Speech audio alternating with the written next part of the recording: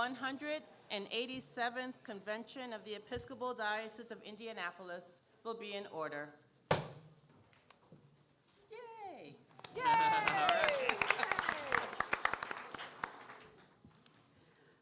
Good morning, Saints. Good morning. Good morning. It is a delight to welcome you back to Convention. I'm so glad that we're able to be together in this time.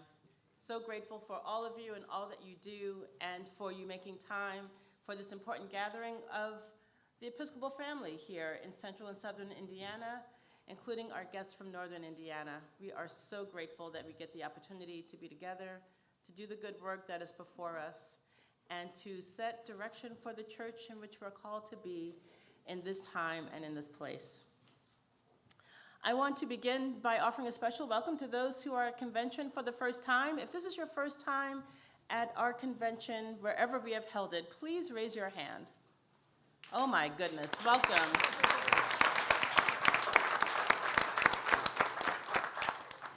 I want to give a particular welcome to the Right Reverend Doug Sparks of the Diocese of Northern Indiana, and our siblings from the Diocese of Northern Indiana who are in the front row. Would you please stand and be recognized? We're so grateful you're here.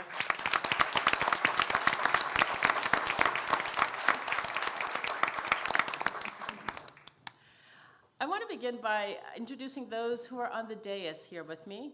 Seated, going to my left, are the Reverend Canon Juliana Capoletti-Gray, who is Dispatch of Business, Mr. Todd Relu, Chancellor of the Diocese, Mr. Sean Sullivan, Secretary of the Diocese, and Mrs. Connie Betts, Incoming Secretary of the Diocese. I'm so grateful for their work all year long and for the work to come, especially as we conduct the business of convention. So thank you for making time to be with us.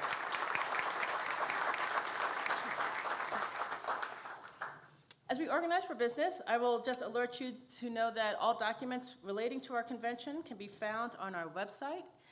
And there are a few copies of some paper versions as well at your tables. I believe there are also QR codes that are on your tables to make it easy in case you want to find instant access to the relevant pages that are on our website. A few moments ago, before worship, the chair was notified by the Secretary of Convention that we do have a quorum. And Canon 3 requires the Secretary of Convention to do a roll call of eligible delegates unless the convention unanimously consents to dispense with the roll call. I'm going to take that as a unanimous vote. Thank you. I want to recognize those who are canonically resident clergy who have joined us since 2023. The Reverend Spencer Ruark, the Reverend Ben Sternke, the Reverend Matt Tebby, the Reverend Canon Juliana Capoletti-Gray, the Reverend Dr. Corey Michael Urin, the Reverend Brother Elred Dean, the Reverend Jim Said, and the Reverend Rebecca Kirkpatrick. I also want to welcome those who have taken on a new call since 2023. Those include the Reverend Jason Fortner and the Reverend Dr. Joel Munoz.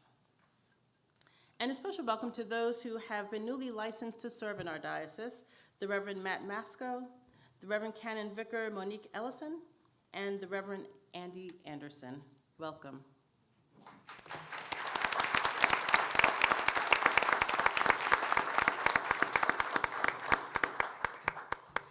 And I know we have welcomed them as a body, but I do want to give another special welcome to our special guests from Northern Indiana who are members of the Reunification Discernment Team.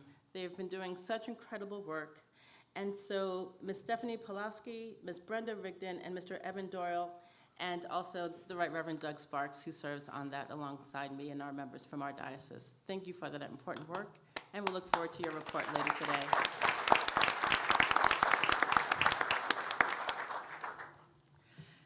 You will hear a lot over the course of the day from our young people, but I do want to introduce those who are serving as our youth delegates. If you turn around, they are in the back of the room near the central door.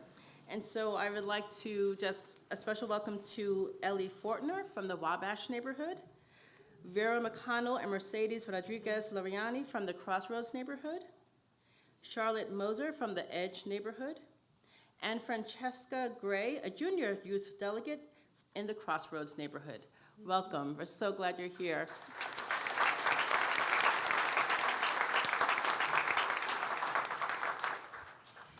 Timothy Burrows is also here. He's not in a delegate role, but we're so glad he's here as part of the youth presence. Welcome, Timothy.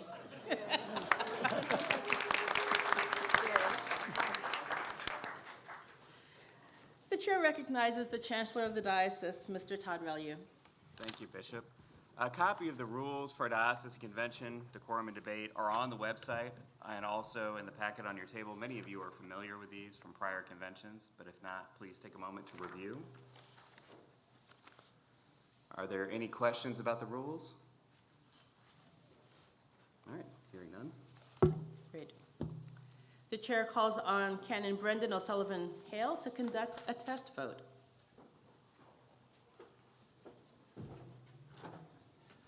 Thank you, Bishop.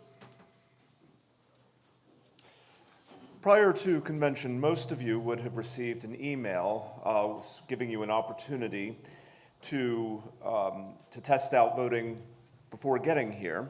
And so before we get to the live test vote, I would like to announce the results of the previous test vote. So to reiterate, the question was, of the interstate highways that pass through the Diocese of Indianapolis, which has the most fetching scenic view while stuck in construction traffic? We had a three-way tie. If you'll advance the slide, you'll see that as of about 8:15, I-70 was in the lead. But the vote was open for about half an hour beyond that, and a few of you added your votes. So the three-way tie, so not pictured, are I-74 from Cincinnati to Crawfordsville and points west, and my personal favorite, though I did not get a vote, I-64 from Louisville to Evansville and points west. So I will ask to make sure we do not advance the slide until I say so. We will move ahead to the live test vote. Let me give you a few instructions before we open that up. First, as we are voting electronically, we will be making use of the Wi-Fi. The Wi-Fi may not be super fast, but I know that many of you have only one bar, if that, on your cell phones right now. So even though in a lot of circumstances you might be doing people a favor by staying off the Wi-Fi, this is one instance where being on the Wi-Fi may be helpful. So just an FYI there. The second thing is that while we're on the test votes, I'm just going to announce the results and you're going to have to trust me. But once we get to the substantive votes, thanks to feedback from some of you in prior conventions, we will make sure those vote totals show on the screen. That's going to slow down our process just a little bit, and so I beg your patience as we do that. The test vote also serves the purpose of allowing us to work out the kinks. So if you are having problems getting on to the voting site, be aware that the test vote will be open for plenty of time. Raise your hand, please be patient, and we'll make our way around to you. Additionally, even if you are not having trouble getting onto the site, there are a couple of other things that I would like you to raise your hand for. If your voting credential that was issued to you at registration says spare on it, please raise your hand so I can make sure that I've got you on the list and in the correct order of ministry, because we will have a vote by orders coming up. And wait until I open the vote, so I'll get to you then. Additionally, if you are an alternate delegate and your voting credential says alternate, and you have become a delegate by virtue of the absence of one of your congregation's delegates, also please raise your hand so I can make sure that you are set up to be eligible to cast the vote when we get there. Last thing is that on some of these votes, when you go to the link, you will be prompted to enter an access key, which is on your voting credential, and a password. You will note that there is not a password on your voting credential, so I'm going to give it to you now. It's the same for all of you. It is 2024, so hopefully you can remember that. Finally, the link on your voting credential will take you to the votes a page where all of the votes that are going to be happening during this convention will appear. You will only see a ballot when there is a live vote. So if you go to that link right now, it will be blank. That is not an error.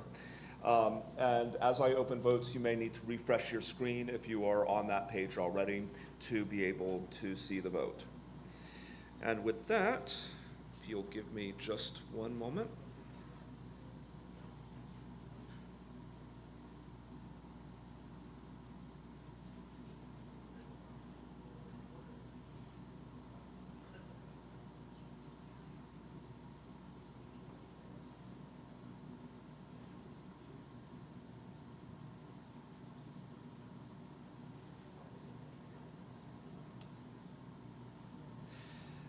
The vote is now open.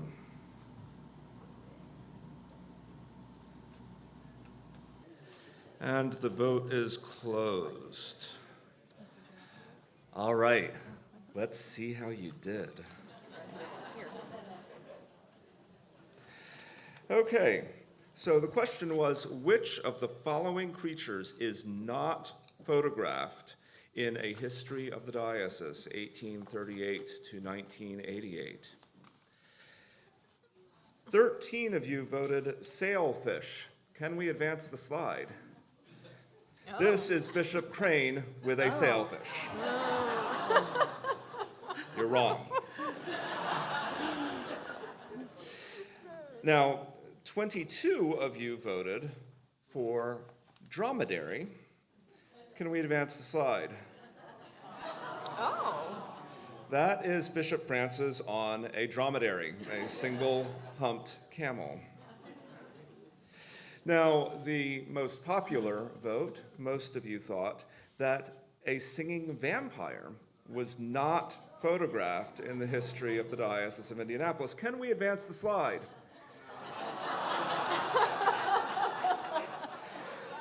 This is a production of Dracula the Musical, held at St. Matthew's, Indianapolis on an indeterminate date. And 12 of you can feel really good about yourselves because a white-tailed deer, next slide, is not photographed in the diocesan history.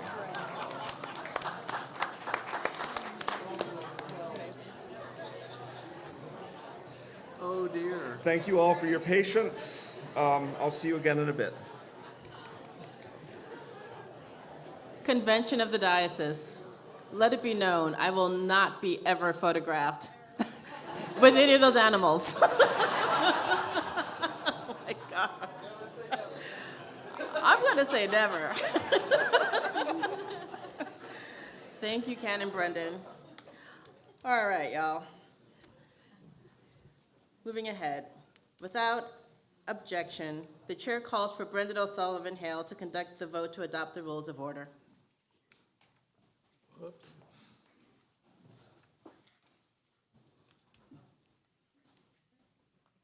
I just did that so you can get all your steps in today, Brendan. You've got that one set up to be without objection. Without objection? Oh, okay. So we'll adopt them. Thank you. Sorry. A copy of the agenda and order of business is on the website or in the packet on the table. Without objection, the order of business as specified on the convention schedule is adopted. The minutes of the 2023 convention are on the website and are in your table packets. Is there a motion to confirm the minutes as written? So moved. Thank you. Is there a second? All in favor of the adoption of the 2023 minutes signify by saying aye. Aye. Any opposed? Any abstentions? They pass. Thank you very much. The minutes are passed as written. The chair recognizes dispatch of business for the next order of business. The next order of business is the appointment of the Chancellor of the Diocese. The chair appoints Mr. Todd Relu as Chancellor of the Diocese of Indianapolis, subject to confirmation of convention. We'll have a matter of action on that a little later. Anyone wishing to be nominated from the floor or any resolution to come from the floor were required to submit their information to Kim Christopher by 8:30 a.m. Eastern this morning. And we have received nominations from the floor. Biographies can be found on the website. And now the chair recognizes the Reverend Dr. Corey Michael Urin to introduce the nominations from the floor. The following nominations have been received from the floor. The Reverend Dr. Barbara Ann Fisher for Waycross Board. Mrs. Laura Dreyer for Standing Committee, lay. And Mr. Matthew Stevenson for Disciplinary Board, lay. Without objection, nominations are now closed. The chair recognizes dispatch for the next order of business. The next order of business is the election of officers of convention from the Committee on Nominations. The chair recognizes the Reverend Dr. Corey Michael Irwin for a report from the Committee on Nominations. On behalf of the Committee on Nominations, I move to nominate Mr. Sean Sullivan for the office of Secretary of the Diocese and Secretary of Convention. Dr. Laurel Cornell for the office of Treasurer. And Mr. Lee Little for the office of Registrar and Historiographer. The motion comes from the Committee on Nominations and does not require a second, and so we will proceed with the vote. The chair recognizes Canon Brendan.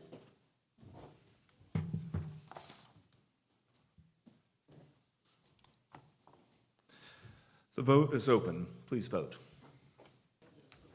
There are the results of the election on the screens. We have elected our officers, and with that action, without objection, the chair declares the 187th convention to be organized for business.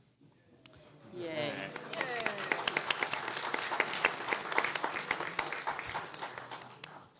The chair recognizes dispatch for the next order of business. The next order of business is an introduction and statement from the Right Reverend Doug Sparks, Bishop of the Episcopal Diocese of Northern Indiana. It is my delight to welcome my brother, Bishop Douglas Sparks, to come and greet convention. Welcome.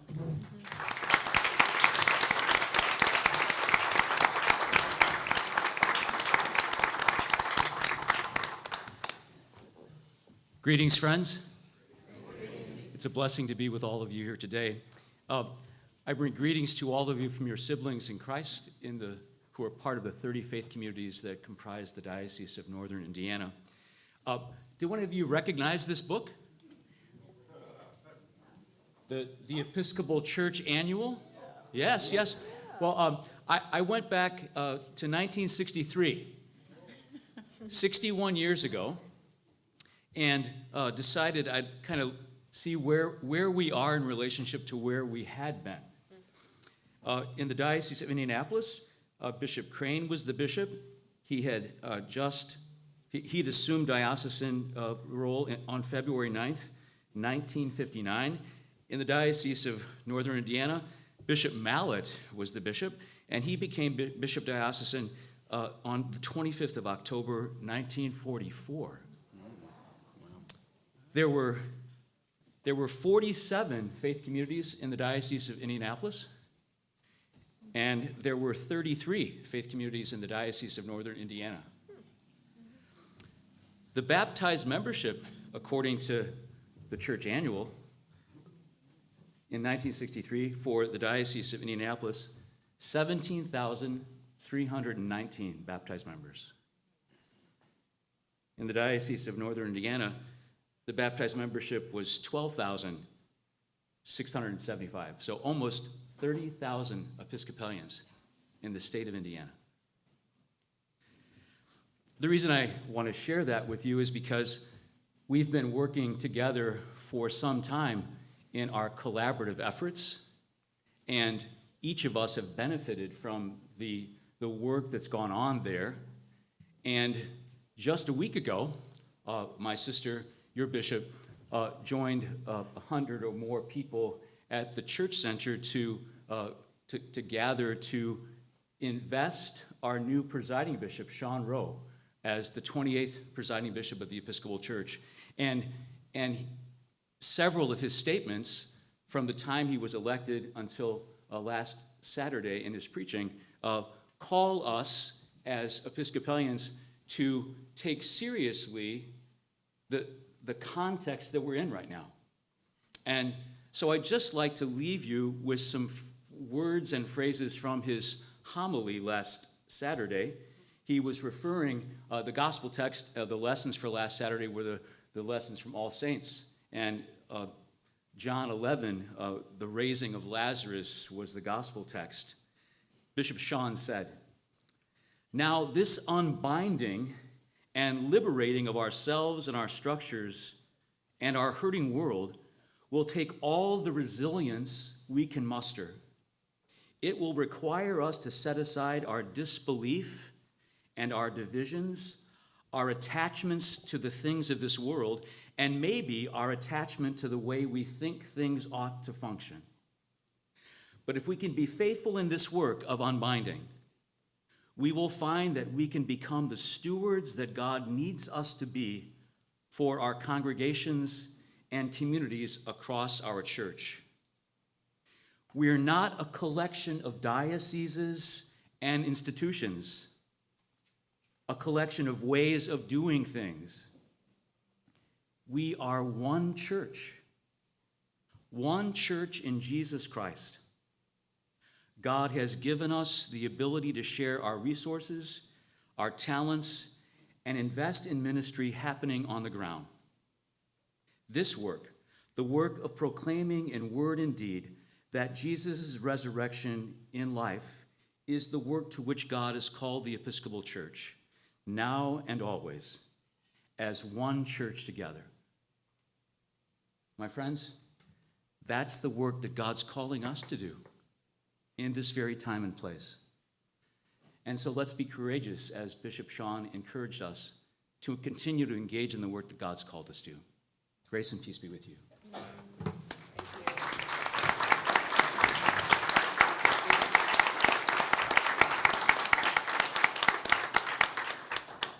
What is this? This is a little token of our appreciation, Bishop Doug, and it's not only for the words that you've brought us today, but for the ministry that you do across our whole church on behalf of all of us in the state of Indiana. You serve in so many critical ways. You have been an incredible help to me during my sabbatical in 2023. And so we hope that you would give our love and greetings to your spouse, Dana Worth Sparks, and a little token of our appreciation and our love for both of you. Thank you So, very thank much. Do you. you want me to open this? Oh, my heavens. How kind of you.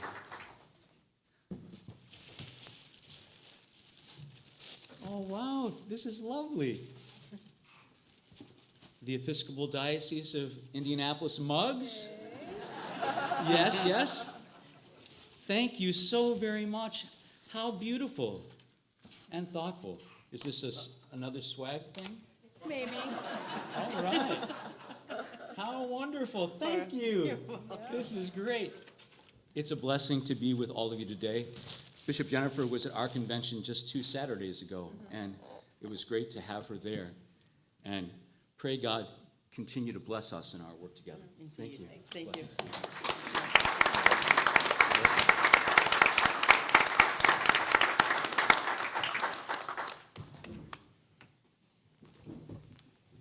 The chair recognizes dispatch for our next order of business. The next order of business is the recognition of outgoing committee members. The chair would like to recognize those who have served on diocesan committees this year whose term expires with this convention. For Executive Council, the Reverend Alan Rutherford and Mr. Greg Seaman. Standing Committee, the Reverend Karen Sullivan and Mr. Michael McGraw. Commission on Ministry, the Reverend Brother Elred Dean, the Reverend Dr. Barbara Ann Fisher, and Ms. Michaela Flash. For the Waycross Board of Directors, Ms. Rose Lane and the Reverend Dr. Bradley Pace. For the Disciplinary Board, the Reverend Dr. Jason Haddocks, Ms. Amy Peel, and Ms. Nan Quay Smith. Thank you so much for your service and your ministry among us. May we give them a round of applause.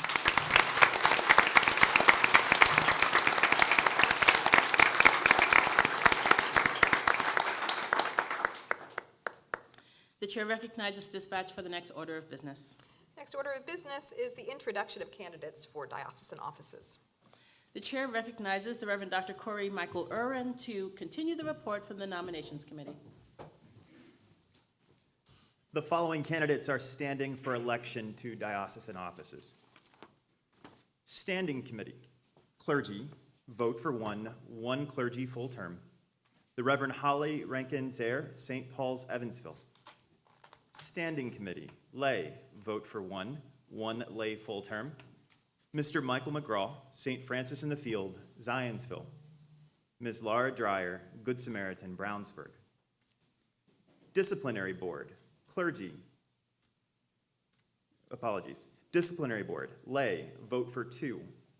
In this case, we have one lay full term and one lay 2-year term, Mr. Matthew Stevenson. Commission on Ministry, clergy, vote for one clergy full term. The Reverend Brother Elred Dean, St. Paul's, Columbus. The Reverend Adam Pierce, Trinity, Indianapolis. The Reverend Hippolito Fernandez Reyna, Christ Church Cathedral, Indianapolis. Commission on Ministry, lay, vote for one lay full term. Ms. Sarah Gunter, Trinity, Bloomington. Ms. Pamela Smith, St. Paul's, Indianapolis. Waycross Board, vote for two. Mr. Donald Bryan, St. Stephen's, Terre Haute. The Reverend Dr. Barbara Ann Fisher, St. Paul's, Richmond. The chair recognizes dispatch for the next order of business. The next order of business is, Executive Council. introduction of new executive council members. The chair recognizes the Reverend Dr. Corey Michael Irwin to introduce the new neighborhood executive council members for 2025 to be confirmed by this convention. The following people have been elected by their neighborhood to serve on executive council. Due to staggered 3-year terms, not every neighborhood was required to elect representatives this year. The elections are subject to the confirmation by convention. Confluence, clergy, the Reverend Alan Rutherford, St. John's, Mount Vernon.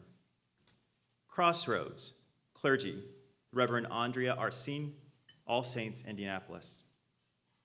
Waycross, clergy, the Reverend Karen Sullivan, St. Thomas, Franklin. Riverbend, lay. There was no election of a lay member to executive council, therefore one will be appointed. The chair recognizes dispatch for the next order of business. The next order of business is the first ballot for elections. We will now proceed to the first ballot, and the chair recognizes Canon Brendan O'Sullivan Hale to conduct the election.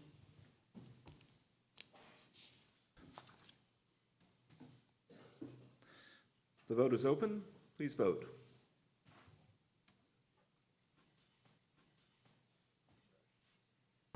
Welcome back. The next order of business is to review the results of the election. You will see them on the screen. I hope that you can read them from where you are. I think everybody can see them. Okay, so in the standing committee for the clergy nominee, the Reverend Holly Rankin Zaire, she has been elected to that position. For standing committee,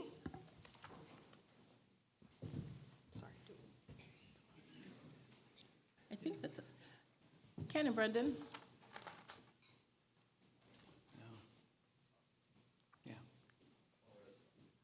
okay, Laura is elected, Ms. Laura Dreyer, Good Samaritans, Brownsburg.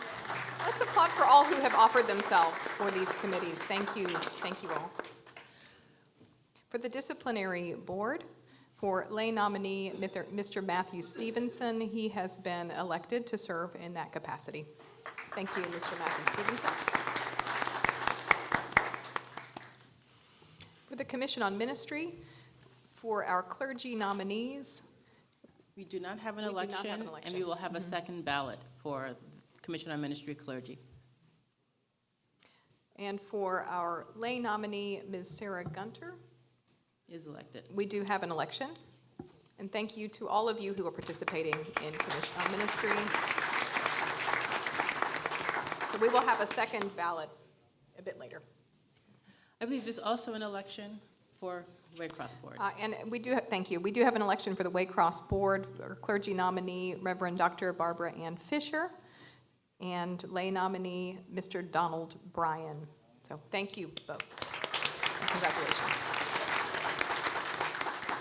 Our Executive Council confirmations have taken place. For Confluence, Reverend Alan D. Rutherford. For Crossroads Clergy, Reverend Andrea Arsene. And for Waycross Clergy, Reverend Karen Sullivan. Thank you all.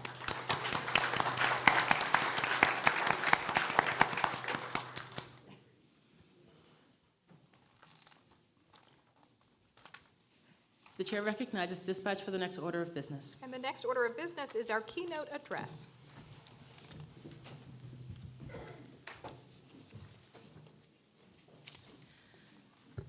Saints, it is a delight to welcome back to our diocese, to Indiana, the Reverend James Clark III. And he is, I want to say, a bright star in the work we do around buildings, mission, real estate, the church, all of it. He is a friend to many of us. Folks from Good Samaritan Brownsburg, I think, introduced him to me first as they began to dream about a village hub and a place to worship more permanently in that place. And he has worked with many others through the Gift of Place program at Trinity Church in the city of New York, where he serves as the managing director of Mission Real Estate Development. He actually does work beyond just the United States, but works globally to identify and help churches discern, plan, and develop income-generating real estate projects that can create sustainable financial capacity for ministry and direct social impact in the communities that they serve. He has 38 years of business experience encompassing commercial and real estate investment, finance, development, portfolio management, leasing, and investment banking. He founded Entrust Realty Advisors and is one of the few Black-owned institutional commercial real estate transaction advisory firms in the United States. He's completed over $5 billion of transactions and managed $1 billion of assets and portfolio properties. That's not the primary reason he's here, though. I would like to think of James as one of the bi-ecclesiastical and ecumenical leaders in our church, in the church at large, not just the Episcopal Church, but in what we call the church, where he manages to bridge things that sometimes people don't want to put the things together. He bridges property and mission. He bridges people and real estate, all of these things that are so important for the work that we do. He serves on the clergy staff at the Cathedral of Grace St. John AME Church in Aurora, Illinois, and serves on several boards that might be familiar to all of us, like Garrett Evangelical Theological Seminary in Evanston, and many other places where he lends his expertise of both church and property and making those come together for the glory of God. James, it is a delight to welcome you to this convention, and I hope that you will continue to be a frequent friend among us. Please come forward.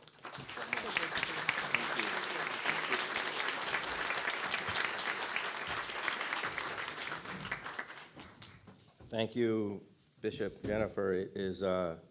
It's truly an honor and a pleasure to be with you this weekend. I've had the distinct honor of leading one of the workshops yesterday, which were just wonderful.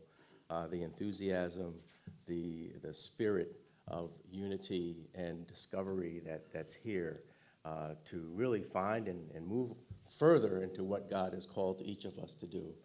So it's truly a blessing to you, Bishop Jennifer, to the Diocesan Leadership and Convention Planning Committee, to the clergy, leadership, laypersons, and I know there's some young people here as well. It's a blessing to be here, and God bless you. God bless you this morning. Thank you for inviting me to participate in this outstanding convention. And I would like to anchor this keynote in what Bishop Jennifer has referred to as the gift of place. It's really a concept that for us is rooted in the principle, the biblical principle of stewardship. And I'd like in these few moments to share with you some perspective from my work throughout the United States and internationally in mission real estate development, and hopefully encourage you to, as you complete what I understand is the third year now of building capacity in your congregations to align property with mission. So I hope to encourage and to inspire you as you continue that work. I know this is not a sermon, but I do want to start off with a brief moment of prayer. So if you just bow your heads with me, let us pray. Oh, gracious and eternal God, we're thankful for this gathering of your people, for your work, for this opportunity to share and to hopefully be a blessing. We ask now that you would let the words of my mouth, the meditations of my heart to be acceptable in thy sight. Oh God, my rock and my redeemer. Amen.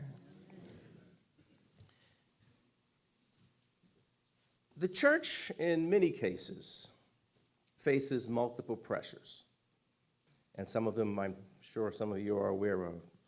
The pressure of shrinking congregations and financial resources, the pressure of aging facilities, suffering under deferred maintenance and underutilization, the pressure of higher operating costs for utilities and insurance. I heard a lot of talk about insurance this weekend, and maintenance.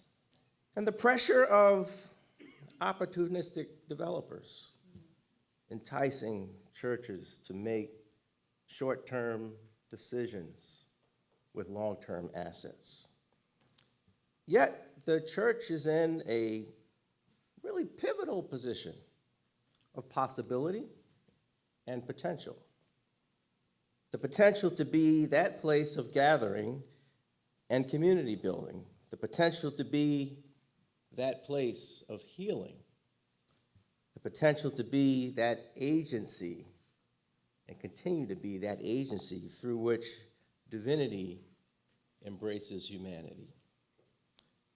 In New York City, faith organizations own over 92 million square feet of land. That's 2.5 times the size of Central Park, if you had the chance to visit New York. And I expect the magnitude in the greater Indianapolis area is significant as well. Land values have increased in many areas, which create a valuable currency for reimagining property. Cities and states are embracing the potential of faith organizations to address social needs such as affordable housing. The pandemic has helped congregations to accept change in the way we do church without changing the message of the gospel. And many congregations have embarked on the difficult work of discerning and reimagining how to be church in such a time as this. So while there are many pressures, I believe the church has tremendous potential. In this context, the church has a gift to share with its community, the gift of place. I've been blessed to work in Navajo land, where I learned the indigenous people distinguish between space and place. For them, space is vacuous. It's like this room. It's emptiness to be filled. But place is different. Place has meaning. Place has presence. Place has history. It's where encounters happen, where identity is shaped, and where people return to remember. And even with the convenience of remote access, which I know we all love and take advantage of, place still plays an important role in our lives. Places where we live, places where we worship, place is where we work, where we celebrate, where we learn, where we go for restoration and healing. Place is where history happens, and you know it. Sometimes you just need to be there, right? Especially if it's a place where God's presence and love is manifested. So one might say that we are a people of place. And so the question is, what do we do? How can we use this gift of place to reflect the power and presence of God with us? And Bishop Jennifer, you expressed it so well in your email to me. And when you said, how can we use our space or place to glorify God, to serve our neighbors, and to participate in meaningful ways in our communities? I would suggest that the answer to this question starts with a mindset. And we've learned that there is a prerequisite mindset to discerning missional clarity and implementing a successful mission real estate development program. First is a mindset of outreach, recognizing that the work of the church is beyond the walls of the church. In fact, most of the stories about Jesus are what he did outside the synagogue and in the community. Second is a mindset of abundance over scarcity. Well, you know the scripture that God can do exceedingly and abundantly above all that we can ask or think. Third is a mindset of self-sustainability over dependency. The ability to plan strategically rather than operating in a crisis mode. And then finally, which is core to the work we do, is the mindset of mission through marketplace, that the church can accomplish its mission by engaging in the economic life of its community. Now, some might be averse to this idea, as you mentioned, Bishop, of this intermingling of the sacred and the profane. But I'm reminded of John 1:14 that lets us know that the Word became flesh and dwelt among us, which lets me know that our salvation is premised on divinity taking on humanity with all of humanity's weaknesses and shortcomings in order to bring about our salvation once and for all. So once you have the appropriate mindset, next is determining your missional calling, both as a congregation and individually in the community. Not what you were called to do some 50 years ago, but why are you in your community today? I believe God has a calling for each of us individually and corporately that draws on our unique experience, passions, skills, and gifts. And I just like to take a few minutes and share my own story of calling. I grew up in the church as a PK, a preacher's kid. But I have to admit, by the time I went to college, I was churched out. And some of you may know this feeling.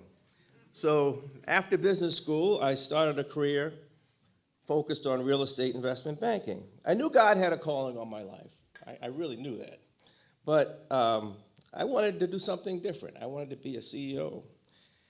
I'm sure many of you, especially the clergy in the room, will acknowledge that no matter what your ambitions and intentions may be, God knows how to get your attention. Can somebody just wave to that? So my career took off splendidly, but some 20 years in, through a corporate restructuring, an accident scare with my wife, and we all can remember the sobering reflections on 9/11, where I had worked in the Twin Towers some years before, put me at a crossroads. And so, like many of us do, when we get to our wits' end, I prayed. And God said to me very, very clearly, be who you are. Stop trying to be somebody else, somebody famous, somebody important. Just be who you are. For me, that was the third generation preacher's kid who grew up and loved the church and the work of the church. So I enrolled in seminary, not knowing how I was going to support my family. And then 2 weeks later, a client called, which led to me starting my own real estate advisory firm while attending seminary. And colleagues in seminary and ministry would ask, how can I be so engaged in capitalism? And my colleagues in business would say, what's a minister doing in commercial real estate? And so I would respond that, don't you know that God is the ultimate developer? I mean, just read the book of Genesis where God said, let there be, and poof, right? Things were created, those of you who went to seminary, what? Ex nihilo, out of nothing, to the book of Revelation, which references a new heaven and a new earth. So I continued on this bivocational path for 15 years with a passion for both real estate and for the work of the church. And then the opportunity with Trinity Church in New York City came along to lead a global initiative that focuses on mission real estate development, which again, as Bishop Jennifer mentioned, helps churches to discern and plan and implement projects that utilize their property to enhance both their impact in the community, but also to create sustainable financial capacity for the operation and ministry of the church. So something in me jumped when I read the job description and realized that this is what God had been preparing me for over the past 35 years. And now, over 5 years later, I can say without a doubt that this is my missional calling. And so my message in my story is, don't discount any experience, relationship, or skills you may be developing, both personally and as a congregation, because God has an ultimate purpose for each of us and our congregations that wonderfully brings all of that together. Now, in the book of Exodus, chapter 3, God calls Moses. Moses' calling to go back to Egypt and confront Pharaoh to release and free God's people. Moses focuses on his inadequacies, and he asks God, what if they don't believe me? And then God responds to Moses with a question. And I always say, watch out when God asks a question, because God already knows the answer, but the question is for our edification. So God asked Moses, what is that in your hand? And Moses looks down at his hand and he says, a staff. And that staff became the instrument of God's power and presence with Moses as he performed miracles and brought judgment on Egypt and liberated God's people. So our theological premise as we do this work is that God provides everything we need to do what we are called to do. And our challenge is to discover what is in our hand. The church has been blessed with professionals in the pews, with community relationships, goodwill, and trust. And in many cases, the church has been blessed with property and land. What is in your hand? I asked this question to the Anglican Diocese of Central Zimbabwe, whose community was struggling with unreliable electricity. The hydroelectric plant built by the government had failed due to droughts caused by climate change. Hospital incubators sat unused. Irrigation systems for farming were idled. School children could only study during daylight, and machinery and businesses could not function. So the diocesan team thought about it and discerned that they had two things: land and a lot of sun. So they came up with a plan to pilot a 156 kilowatt solar farm that sells reliable power back to the diocese and the community. School children would also be trained on solar energy, equipment installation, and maintenance. The pilot was so successful that the diocese is now embarking on a 5 megawatt solar plant venture that will sell power back to the government. What is your missional calling? And what is in your hand? Once you have the right mindset, and once you discern your missional calling, which is really your North Star for every decision you're going to make, then you're ready to focus on vision. And vision provides the picture of what it looks like when the church is fulfilling its mission in the community. What programs are in action? How is the congregation empowered? What partnerships are being engaged? Vision is what helps the congregation and the community to see the mission in action and their role in it. As I come to a close, I want to share some thoughts from a conference I recently attended on fishing differently.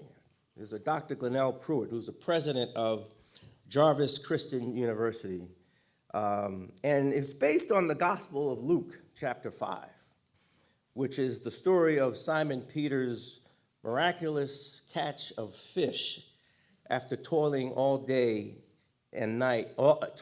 night and catching nothing. And you know, it led to Peter's calling and his acceptance to become a disciple of Jesus. She highlights three things that I have experienced as well in the work that we're doing. And the first is to learn how to repurpose. You see, the fishing boat was repurposed into a pulpit. It was still a boat, but when Jesus came aboard, it was used as a pulpit.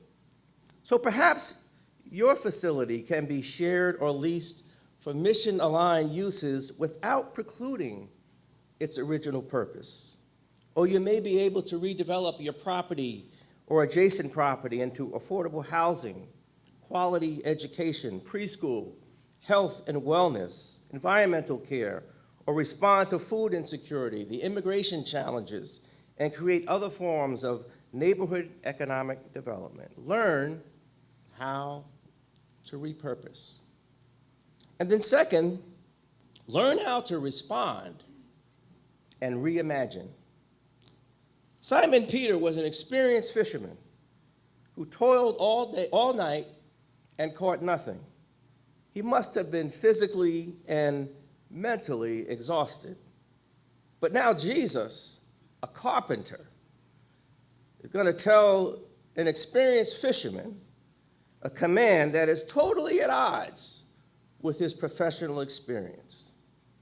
See, sometimes we reject the messenger because of gender, ethnic background, what they do for a living, or because perhaps they did not come from the right school or maybe even the right denomination. But Simon Peter was willing to listen to instruction from someone who was not a fisherman in order to achieve a different result.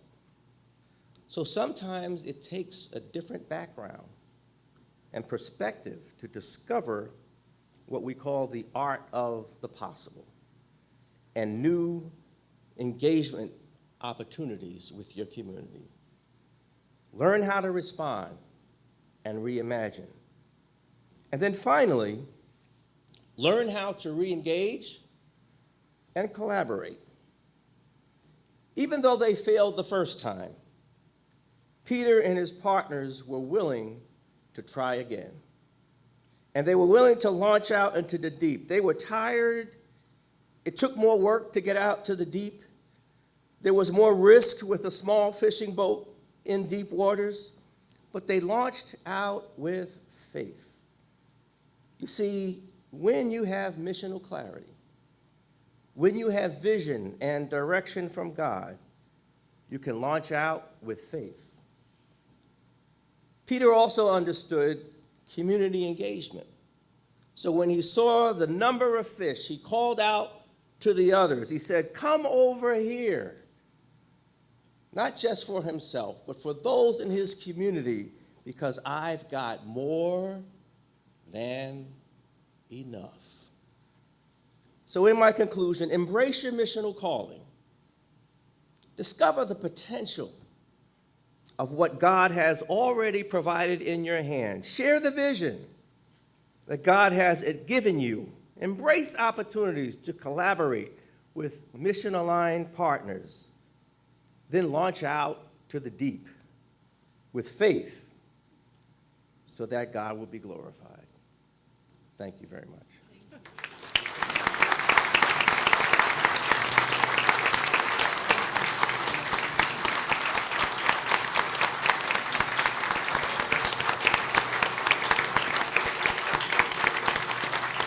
James, we are so grateful to you. Just as a note, I'm hoping as we heard this presentation, you would have seen some themes that we've been building for several years now. And I think that having you here and getting to go deeper in the work we're doing as we build capacity for the work God calls us to do, saints, you will hear this over and over again today.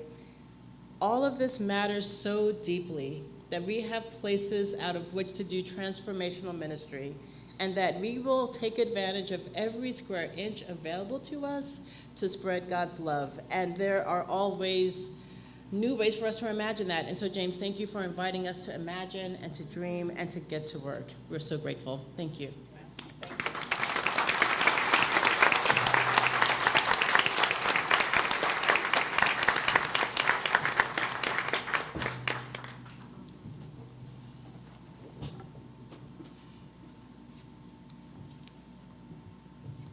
All right, saints. We have taken a proactive step in having a break before the keynote, and so we are going to continue with our business. And so I will ask dispatch, what is our next order of business? Thank you. The next order of business is a report from our Province 5 representative. Wonderful. The chair recognizes Ms. Leslie McKellar to give the report.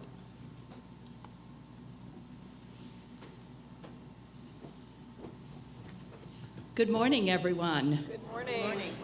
I'm Leslie McKellar. As you heard, I am a member of St. Francis in the Fields in Zionsville.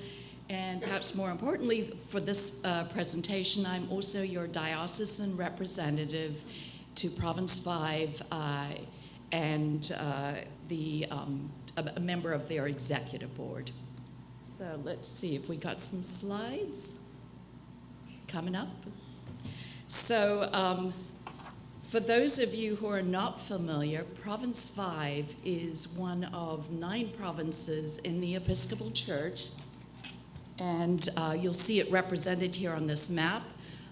It's made up of Michigan, Wisconsin, Illinois, Indiana, Ohio, and about half of Missouri. It's really made up of 11 dioceses, and it effectively covers the Midwestern portion of the United States. Here is our leadership structure. It's made up of 4 officers. 2 of our members represent us at the national level, and then there are the 11 diocesan representatives. More importantly, what do we do? So I think it can be summed up in 3 words. We connect, we network, and we support. We connect people to other people across the province. We connect people to resources. We network to build communities across diocesan lines, and we support each other in a variety of ministries. I think we can all attest to the fact that there are times when there isn't sufficient critical mass, certainly at a parish level, but even sometimes at a diocesan level. So in those occasions, this is where a province can really be beneficial to your work and your ministries. One key example of that is our networks. There are, you can see listed there, the current networks that operate across the province. They meet regularly, monthly, quarterly, and quite a range there for you to see. You can learn more about them on the Province 5 website. But if there's a ministry you're passionate about and it isn't listed there, I encourage you to reach out to the Province 5 coordinator, Heather Barter, the Reverend Heather Barter. She's always interested in helping people who want to create new networks that would benefit you as you reach out to gain additional resources, additional perspectives across the province. Now, in terms of some new news about the province, this year Province 5 received almost $500,000 in grant funds, and it's been directed to these three initiatives. The first, campus ministry developer. I believe Heather and her team are just finishing up interviewing some candidates. The campus ministry developer will be announced soon and will get to work in the new year. This individual will be working obviously with existing campus ministers across the province, but perhaps even more interestingly, will be helping parishes that may want to serve institutions of higher learning where there's no campus minister already in place. So stay tuned for that. In addition, we are in the process of developing an in-person course around engaging gender complexity. This is being done in partnership with Bexley Seabury. And then finally, around the area of trafficking, work is being done to develop resources to support individuals and communities in the form of a 90-minute Zoom course. If you're interested in any of these topics, you'll find more detail in the reports to convention that was part of your pre-work package for this weekend's convention. It's also can be found on our website. And to that end, let me just remind you that in your swag bag, there was a little card that looked like this. And on there, there's a little QR code that will give you access to the Province 5 website. One other thing I wanted to make sure you were aware of, those of you who were here last year will recall that I also shared information about this important resource in the province, the Leadership Coaching Project. Province 5 has a number of trained leadership coaches, both clergy and lay folks, who are here to support lay leaders and clergy across the province. Many of you in those leadership positions will know that you encounter many challenges, whether it's trying to pursue a goal, whether it's dealing with change, whether it's more day-to-day issues like interpersonal conflicts. We never have those. Whether it's just dealing with work-life balance. This is where a leadership coach can be beneficial. And we find that our leadership coaching project are able to work both one-on-one with individual leaders or with groups like vestries or subcommittees within parishes. So to give you a little more information about the benefits of coaching, I'm just going to quickly run a little video here. It's a brief 2-minute video that explains the benefits of coaching in this context. So do I hit the button or do you? Okay. Let's see if the... This is Pat. Pat is a church leader. Pat loves God and loves the people of St. Barnabas' Episcopal Church. As a church leader, Pat cares for the present and future people of the parish by being part of making decisions about its buildings, finances, and ministries. But like all leaders, sometimes Pat gets stuck. They could really use someone who would actively listen to them, reflect back what they heard, help crystallize their thinking, and plan next steps. That's where coaching comes in. When working with a coach, Pat can get help navigating a conflict, managing a difficult transition, or just about any other problem. There doesn't even have to be something wrong. A coach can help Pat in finding ways for St. Barnabas to go from good to great. Coaches don't have all the answers, but are trained in asking great questions. These questions will help Pat unlock the gifts that God has given to them and to the people of St. Barnabas, and develop a plan for leading in faith and authenticity. Pat's coach will listen with compassion, keep confidences, and search with Pat for where the Holy Spirit may be calling. Does Pat's story sound familiar? If so, you can benefit from coaching. Coaches are lay and clergy people from Province 5 who are trained, accredited, and equipped to partner with you, the clergy and lay people of the church. A coach can support and encourage you as you pursue your goals. If you're ready to explore if coaching is right for you, contact the Leadership Coaching Project to get started. So you'll find that you can learn more, as you can see there at the website, the Province 5 website, or by all means reach out to me today.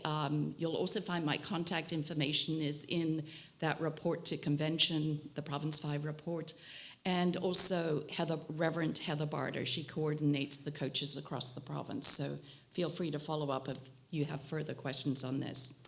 And finally, just to stay in contact generally, if you're not already receiving the Province 5 monthly newsletter, sign up through the website. Again, just scroll down on that homepage all the way to the bottom, and there's an opportunity to sign up and stay abreast of Province 5 news. We're also on Facebook. You'll see 3 areas of Facebook. Just feel free to like and follow us on those 3 areas of Facebook. And then finally, here are the main contacts at the Province 5 level. Heather Barter, you can connect with through the website. Steve Welch, our new communications director, and then ultimately you'll be able to connect with our campus ministry developer. And then finally, by all means, as I said, reach out to me over lunch or this afternoon. I'm happy to answer any questions.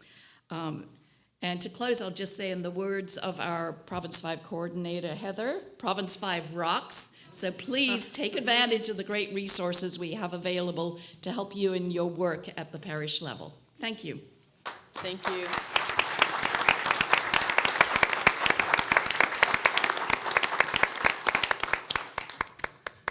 All right, Saints, I think we need a 30-second stretch break. Stand and stretch as any way that will help your body loosen up a little bit.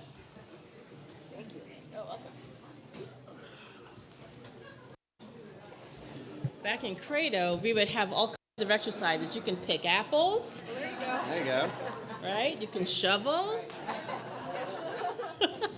Helps you to move around. Great, thank you for that. I was looking at people, it's like, oh. All right.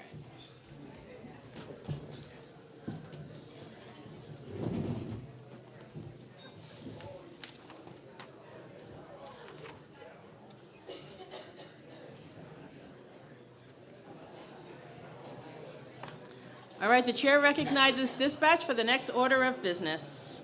Thank you. The next order of business is a report from our program director for church buildings for collaborative partnerships, which we often call CBCP. The chair recognizes Ms. Linda Buskirk to give the report. Welcome, Linda. Thank you. Greetings on behalf of CBCP. I can say that now, just like rolls right off my tongue. And I hope it happens for you as well. We're ready to begin the slides, please. So I'm here to rejoice with you, actually, about this project and the impact that we have witnessed in Episcopal congregations throughout the state of Indiana as you all creatively explore new partnerships or deepen existing ones through the CBCP experience. It's brought to you by a collaborative partnership, of all things, between both Episcopal dioceses, Partners for Sacred Places, Indiana Landmarks, and Lilly Endowment, Inc., through its Thriving Congregations initiative. It's cute. It's you. As these quotes highlight, several clergy and lay leaders believe their CBCP experience opened their eyes about possibilities that can happen just by inviting neighbors, existing partners, and community leaders over for a visit. Through CBCP, Episcopal churches in Indiana gained understanding about the impact and value of their properties and ministries, presence, and place. Your capacity to make the most of your physical assets grew through the training and experiences in 2020 through 2023. Some very compelling stories come from faith communities that received capital grants to support property improvements related to their collaborative partnerships. Here are some examples.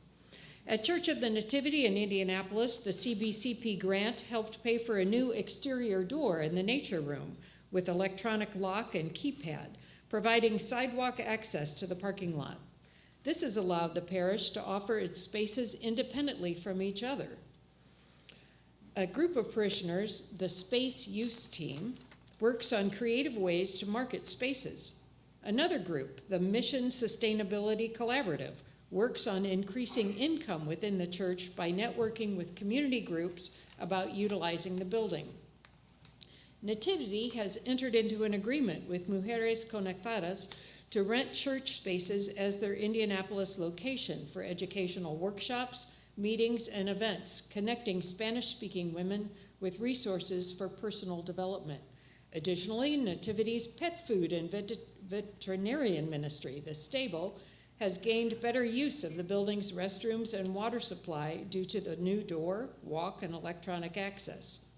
According to Nativity's grant report, multiple small groups and one-day retreats have utilized all rooms, sometimes simultaneously, and Nativity's youth have been using the space for their meetings and Sunday school. At the Episcopal Church of All Saints in Indianapolis, BCP, I can't believe I should have like a little, like I have to give $1 every time. Anyway, at All Saints, their grant funds help fund the installation of a handicapped accessible restroom within the historic main church building where no restroom has ever existed. Sometimes I say where no one has ever gone before. Sorry. Sorry, Mother Andrea. According to All Saints grant report, as a result of the CBCP participation and prior to that visioning by All Saints leadership, the parish desires to more fully utilize its worship space for cultural and artistic events and open them to the surrounding community. The $10,000 grant to All Saints has resulted in nearly a $70,000 investment into All Saints ministry and community presence, thanks to generous donors who made the project possible. St. Stephen's in New Harmony initiated 2 capital improvement projects with the help of a grant. The first was restoration of the wooden archway in the interior of the church, which was stripped, sanded, and stained, bringing back its original glory. Secondly, the exterior of the parish house was washed, caulked, and painted. According to St. Stephen's grant report, keeping our facility well-maintained helps our goal to attract interest in and use in the church as well as the parish house. Partnerships have formed, resulting in wedding, community, arts, and commercial rentals and uses. The CBCP grant to St. James Newcastle funded projects to support 2 ministries, the Servants at Work, or SAWS team, which builds wooden wheelchair ramps for low-income, permanently disabled individuals, and a community garden. St. James partnered with Webb's Personal Touch Garden Center in Newcastle to establish the community garden. Various St. James members shepherded the garden's creation and helped plant, weed, maintain, and harvest the garden's bounty.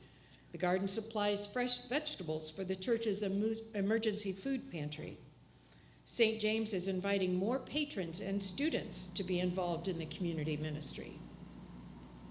The SAWS ministry has been very busy. Several St. James members, along with community volunteers, have built 19 ramps in the last 3 years. It is their hope to recruit more church members and community volunteers to help.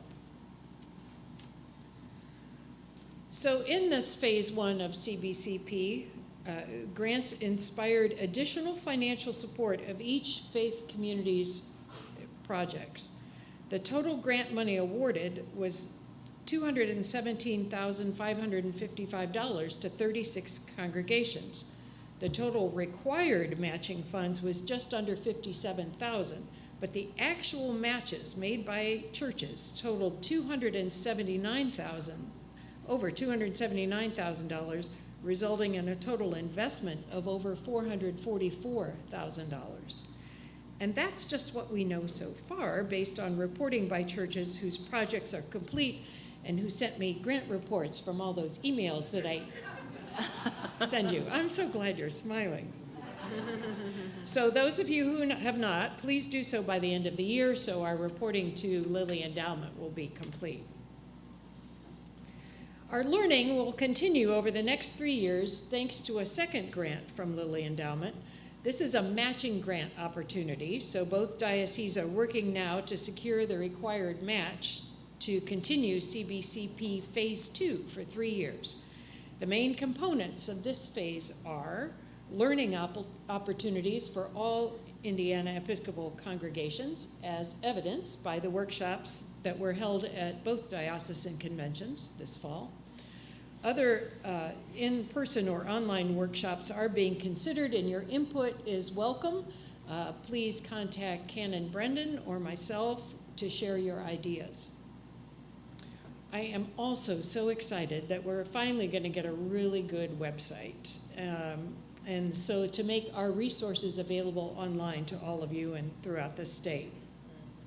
Our goal is to provide you easy access to information about space sharing, such as how to structure lease agreements, those pesky insurance issues, Counselor, and others, so that we hope that mainly this website will be a resource that you can go to anytime when you think, okay, I learned something in CBCP about how to invite the community over for a meeting, or any of the tips that we may have given you. And so we hope to have those available as toolkits on this new website.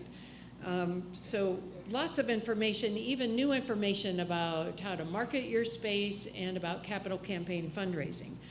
And of course, we want to post stories about how collaborative partnerships are working, how you are thriving, and how God is glorified by the active mission and your use of your property. We're also in this phase of CBCP doing Building Capacity Squared. It's offering customized capacity building support for selected congregations. So far, 17 congregations have been accepted to participate. And in this phase, finally, we're going to do a new round of matching capital grants.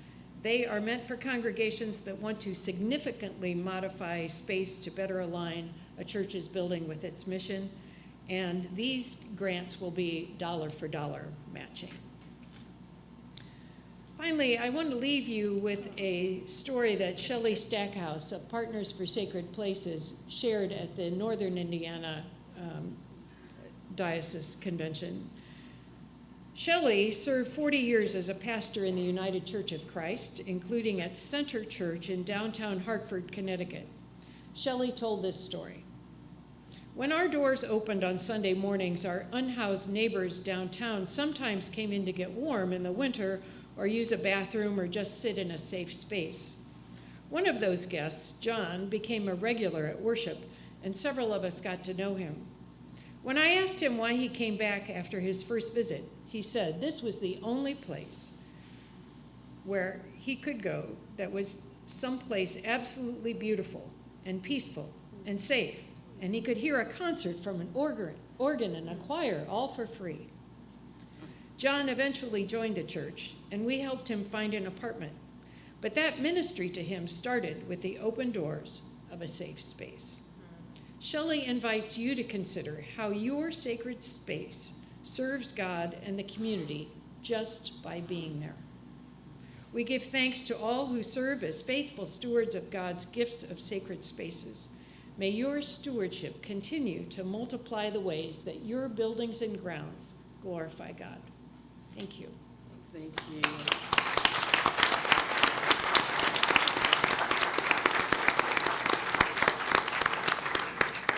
Thank you so much, Linda.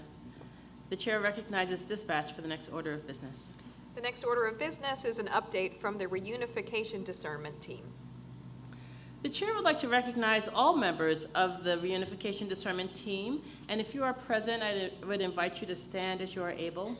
From the Diocese of Northern Indiana, the Reverend Clay Berkeley, Mr. Evan Doyle, Mr. Paul Kincaid, the Reverend Canon Ted Neidlinger, Ms. Brenda Ringden, Ms. Stephanie Pulowski, and the Right Reverend Doug Sparks.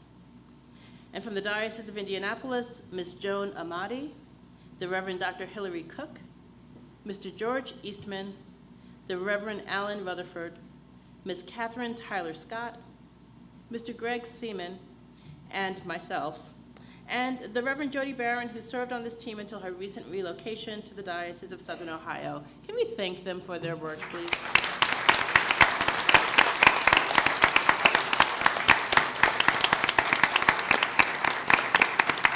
And now, I would like to invite those who are making the presentation on behalf of the Reunification Discernment Team to please come forward for their report.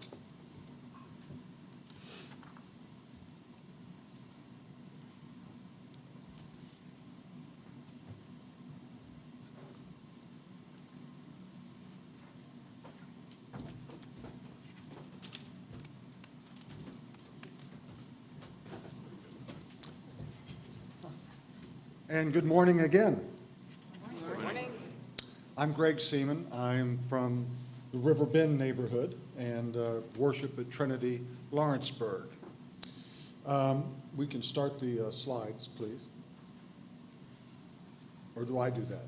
I'm doing that. Well, then, lesson learned. There we are. About 3 years ago, this whole process began with conversations between our two bishops. How to enhance our shared ministry, to be more collaborative, and what might that mean and where might it lead. In 2022, the bishops met together with missioners and staff and an outside facilitator, the Reverend Jen Adams from Grace Church in Holland, Michigan, to discuss the possibility of reunification.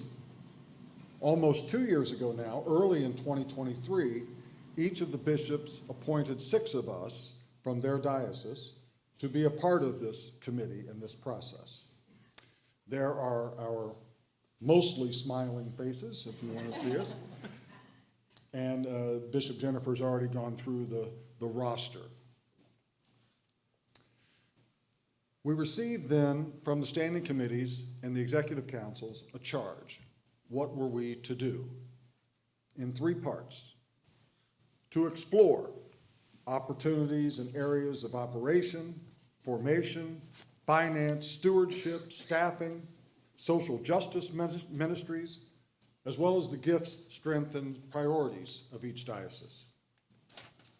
To consider a plan for full reunification as well as interim sharing of resources, and to provide a draft timetable for those efforts. What does explore mean? To travel in or through, to learn about and familiarize oneself with new territory. To examine or evaluate an option or a possibility. And to enter into for purposes of discovery or adventure. Evan. As many of you know, in Epiphany Tide this year, we held 8 listening sessions. Almost 250 people from both dioceses participated in these listening sessions. 99 of you from here in the Diocese of Indianapolis, 122 people from the Diocese of Northern Indiana. 26 people decided to be mysterious and not tell us where they were from. We also had special sessions, one session that was just for clergy, a couple of sessions that were for staff, and listening to your questions and your thoughts about the reunification process. You shared, if we can go to the next slide, please. Oh, there's a clicker. What do you know? Learn new things every day. In those listening sessions, you shared possibilities and hopes with us, things that you dreamt that reunification might mean here in the Diocese of Indianapolis and also in the Diocese of Northern Indiana. You said that you hope that reunification might reduce duplication of systems and efforts and processes, saving time and money and financial resources. You hope that it would increase connection points among us for our many diversities and our challenges, that there's no longer this arbitrary line that when you cross from Lafayette, just a little bit farther north, you're suddenly in an entirely different place. And also that one overall structure would leave more money and time for mission. You also said that you hoped that gathering and strengthening our communities of small congregations would help bring together deacons and priests and youth and campus ministries. You hoped that we could have a bigger impact throughout our state if we were one voice with greater impact. You also hoped that there would be more possibility and support for innovation and risk if we were larger, more experimentation that we could do as a larger diocese together. You also shared a number of questions and concerns about this process. What would the financial situation look like? What would sharing resources between the dioceses look like? How many bishops would we have? Who would our bishops be? How would the diocese be too big? What would the process of reunification look like? Would small parishes get lost? Would big parishes feel like a minority? Are there cultural differences between our dioceses, whether perceived or real? All excellent questions that in the coming year we plan to address, and as well as partially through our presentation today. You also shared with us what you needed in this process. You said that we needed to know each other. We're going to talk about this in a bit, but this is a big part of our focus in the coming year, is building relationships between the Diocese of Northern Indiana and the Diocese of Indianapolis so you can get to know one another. We also talked about that you needed models. Show us what this is going to look like. You said that you wanted to hear about bishops, the why, the structures. You wanted to hear about what's happening in other dioceses, dioceses like the Diocese of Northwestern Pennsylvania and the Diocese of Western New York that are exploring, have shared now presiding bishop, Sean Rowe, as their bishops for the last several years, and other dioceses throughout the church, the Diocese of the Great Lakes that just reunified, the Diocese in Wisconsin. Your input has really been helpful to us in this process. It's been part of our process of exploration. It's helped us learn the territory, and it's critical to helping us discern as we begin to consider what might reunification actually look like. And so we've been working on considering what models of reunification might look like. What we're going to talk about today is very early stages. Nothing that you're about to hear about is set in stone or committed to. We are exploring, we're considering. These are models that we're looking around at. So I'm going to invite the Reverend Hillary Cook, and she's going to share with you some more. So one of the wonderful things that we've discovered as we work together is the ways that our missions are already very, very connected in the two dioceses. So we have very similar shared values. So as we go through this, you'll see the statements that are in blue are from the Diocese of Northern Indiana, and the statements in white are from the Diocese of Indianapolis. So we're proclaiming good news as beacons of Christ. We're standing with the vulnerable and marginalized to transform unjust systems of society. We're teaching, baptizing, and nurturing new believers while developing clergy and laity to lead the church of today and tomorrow. We're sustaining and renewing the life of the earth. And while we do all this, we're welcoming, loving, connecting, and serving. So this is a word cloud that was made from our two mission statements. Already we have so much in common, and we're ready to work together. And I think that provides a really good grounding as we continue to get to know each other more in the coming year. You couldn't get rid of me that easily. So mindful of these shared values between our two dioceses, our shared mission for the gospel of Jesus Christ, and our committee's charge, we're starting to build some models. Models will help us see how reunification can work while revealing areas in which it could be easy and areas in which it could be really hard. So we've started building models. Models about things like our bishops and staffing, about financial structures, about the Constitution and canons. The Reverend Alan Rutherford has done a tremendous amount of work reading the Constitution and canons of both dioceses. And over the past months, some folks have been meeting to work on crafting what a new Constitution and canons might look like, as well as regional design. So we've gathered a lot of data. We've had these listening sessions with you and with other folks around the church. We've had conversations among our committee, and so we're setting out to build a functional model. When you start that process, what you've got looks something kind of like the box of Legos that you opened, and you have no instructions, you have no plan, you just have a bunch of Legos in a box. Now, what a lot of people want to see is something like this. They want to see the finished castle. What is it going to look like? We don't have the answer of exactly what the castle is going to look like yet, okay? We're still working on the plans. But we're hoping today to provide some structure, some vision of what potential reunification might look like. So we're taking intentional steps and trying things in order to see how and if the pieces can fit together. So I'm going to invite Hillary back. We're just trading places up here. I'm going to invite Hillary back to share with you some more. Now, I know we love our bishops, both in our diocese and northern Indiana, so don't worry. We're going to plan to keep both our bishops because they're so fabulous. We would probably have an election, and one would be a diocesan bishop and one would be an assistant bishop. Again, nothing is set in stone, but we do want to keep our bishops. And I know you might be worried about the bishop staff, because we love our bishop staff as well. Don't worry, we're going to maintain our staff. The idea would be that the current responsibilities would probably be reconfigured a little bit in order to strengthen the new kind of layout that we have in a larger dispersed unified team. And it would be the same goal as always, to resource and support our parishes and ministries so that we can continue to share God's love. All right. So financial model is in the works also.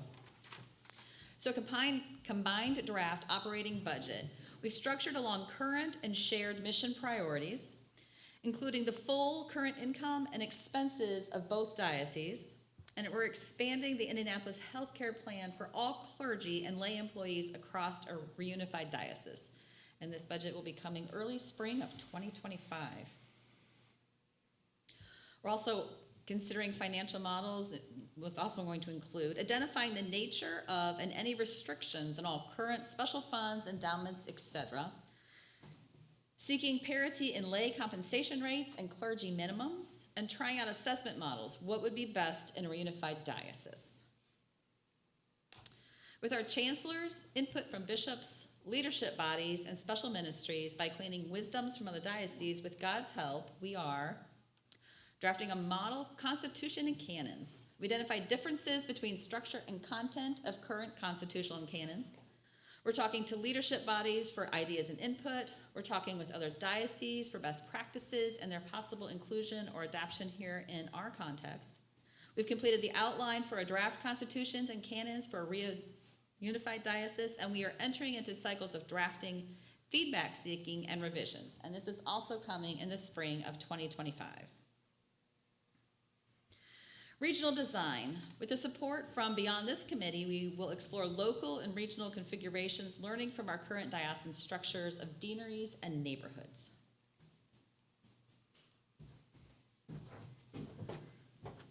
To move forward, it's always a good idea to know where you've been. And the two dioceses, and at one point, the Diocese of Indiana until 1899, we were one body. We have gotten great work from the historiographers and communications people in both dioceses to put together a timeline which you can access at the website, which we'll talk about, episcopalindiana.org. And while I think that history is always important, given the events of today and Canon Brendan's sense of humor, it would do you well to study the timelines for future pop quizzes from Brendan. And I assume that's where he dug up the things that he dug up. So we've given you a lot of information, so what's next? As we move through these phases of discernment toward a decision, we continue to need to share with you data and information and hear from you your thoughts, your concerns, your hopes, your dreams. So there will be ways to do that, to build these models. We need to have honest, hopeful, and holy conversations that develop into relationships within our own diocese and between the two dioceses. In the next few months, we're going to invite you to be involved in parish engagement. Tell us about the challenges you're facing as a congregation. Those of you who were here for our workshop yesterday, these are those questions. The impact your parish has on the lives and in your community. Ideas of how a reunified diocese could strengthen your ministries and callings, and whatever else you'd like to tell us in that context. There will be joint leadership meetings, bishops, standing committees, and councils coming up in December. Committee work will continue developing models and analyzing engagement input through February. There's a joint clergy conference between the two dioceses coming up in March. Feedback sessions on the draft models coming in the spring of 2025. And of course, there's always interaction in Holy Week and Easter and Pentecost. There will be town halls scheduled for further discussion and an opportunity to express your opinions, concerns, hopes, and dreams. And then a pre-special convention meeting in September of next year. The last piece of the committee's charge is up to Evan, I believe. So as part of our charge, we were asked to provide a draft timeline for discernment efforts and for thinking about when reunification, if we decide to take a vote on it, to consider it formally, when that would happen. This timeline that we present is a draft. That is, all our committee can do is present options and present models. Ultimately, it's up to the bishops and the standing committees and the executive councils in both dioceses to have conversations about what they feel is the best way forward for both dioceses. And so what we present is a model. It is what this committee and our discernment process has discerned is one of our best ways forward, but it is just a model. It is something for you, the conventions of both dioceses, the councils, the committees, to take and to work with and to consider prayerfully what might be the best path forward for both of our dioceses. To that end, we are proposing that a vote on reunification would take place in October of 2025. As I said, our bishops and standing committees have the ultimate decision-making authority about whether or not these special convention to take this vote happens. While the processes and decisions as dioceses regarding reunification are vital, these are really questions about how best to set us up for the work we have to do as the Episcopal Church in Indiana. We have other, and in some ways, bigger things to do, and we don't want reunification itself to take up all the oxygen in the room forever. We feel as if the time between now and next fall is sufficient to provide a solid foundation for decision-making and how to move forward faithfully and well. And so over the next year, we are going to work as a committee with all of you, with parishes in this diocese and in northern Indiana, to build relationships and to have conversations about reunification, about the models, and about what our committee has discerned as what we think is a positive path forward for both of our dioceses.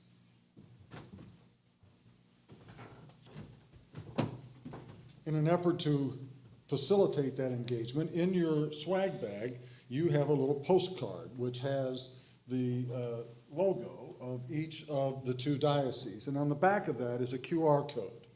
When you open that, it will take you to a couple pages of directions for those conversations that we want to have within each of the parishes. So that if you're acting as a facilitator in your parish, it'll give you a step-by-step from opening prayer to structure of the conversations to how to input that information and then closing prayer. Those conversations are at the heart of all this because we talk to big groups and that's one way of communicating, but these individual conversations are exceptionally important. Another way to exchange information is through a website that we developed over a year ago, episcopalindiana.org. episcopalindiana.org. If you go to that website, all the current news from our committee is there.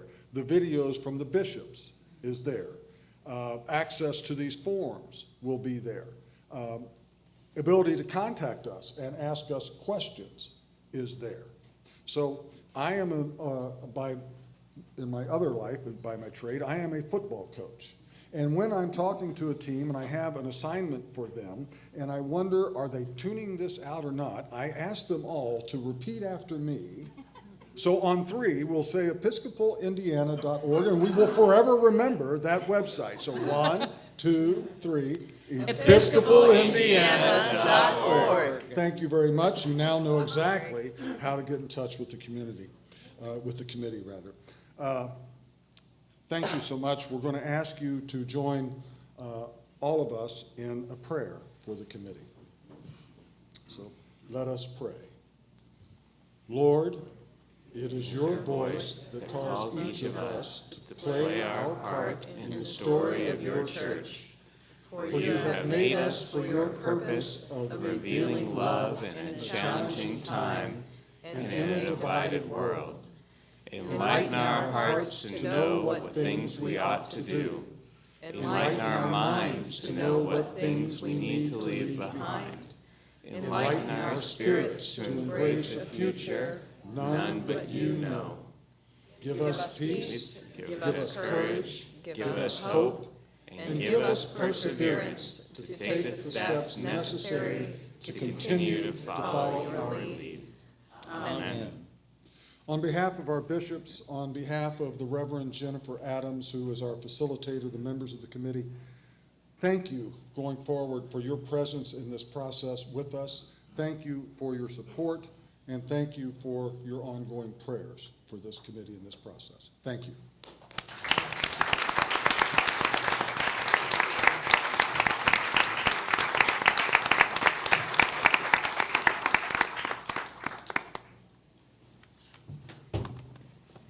Thank you. I will say this committee works extraordinarily hard, meeting on Zoom, meeting in person, traveling across the diocese to make sure that we are connecting with all of you. So I will just put just an exclamation point on that invitation when you go back home to engage these conversations at home so that we can continue to discern. This is a discernment that needs to involve all of us. So please do take advantage of the materials, and if there are questions, all of us are ready and available to answer them and to continue to help you have the information you need as we pray our way through this process.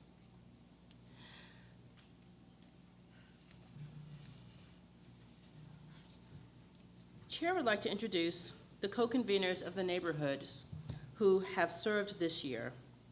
In the Confluence neighborhood, the Reverend Holly Rankin-Zaire from St. Paul's Evansville, and Mr. Mike Staubitz from St. Stephen's, New Harmony. In the Crossroads neighborhood, the Reverend Adam Pierce from Trinity, Indianapolis, and Mr. Scott Troust from St. Timothy's in Indianapolis. In the Edge neighborhood, the Reverend T.J. Tetzlaff from St. Michael's, Noblesville, who recently relocated to the Diocese of Chicago, and Mr. Steve Lawson from St. Christopher's, Carmel. In the Riverbend neighborhood, the Reverend Alan Wallace from St. Paul's, New Albany, and Miss Cindy Wood from St. Paul's, New Albany. In the Wabash neighborhood, the Reverend Jim Sed from Good Samaritan Church in Brownsburg, and Miss Jessica Short from St. John's, Crawfordsville. And in the Waycross neighborhood, the Reverend Kelsey Hutto Ford of St. John's, Bedford, and Miss Yvonne Oliger from St. David's in Bean Blossom. The Chair would like to now introduce the co-conveners who have been elected to serve for the next year. In the Confluence neighborhood, the Reverend Holly Rankin-Zaire from St. Paul's Evansville and Ms. Sheila White from St. Stephen's, New Harmony. In Crossroads neighborhood, the Reverend Rebecca Kirkpatrick from Trinity, Indianapolis. In the Edge neighborhood, Mr. Steve Lawson from St. Christopher's, Carmel. In the Riverbend neighborhood, the Reverend Alan Wallace from St. Paul's, New Albany, and Miss Cindy Wood from St. Paul's, New Albany. In the Wabash neighborhood, the Reverend Jim Sed from Good Samaritan, Brownsburg, and Miss Jessica Short from St. John's, Crawfordsville. In the Waycross neighborhood, Ms. Yvonne Oliger from St. David's, Bean Blossom. The remaining openings for neighborhood co-conveners will be appointed after convention. The chair now recognizes dispatch. Thank you, Bishop. Okay, I do have a few announcements. The convention offering today at the Eucharist will go toward youth, split equally between St. Andre's School in Mithon, Haiti, or I'm sorry, did I say that wrong? Mithon, Haiti, and scholarships for our Indy Dio youth to attend events in the diocese. And we will be collecting those offerings both in cash, and you can use that giving online if you would like to do so. And our service of Holy Eucharist will begin at the conclusion of business today. We think that will be around 3:15, but please stay tuned and stay present. The convention will be in order.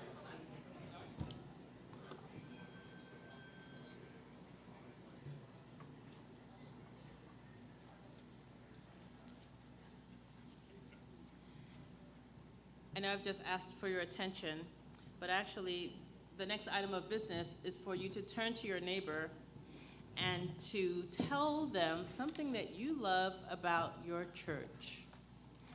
So you've got 2 minutes. Turn to your neighbor, tell them something about the place where you worship. Go.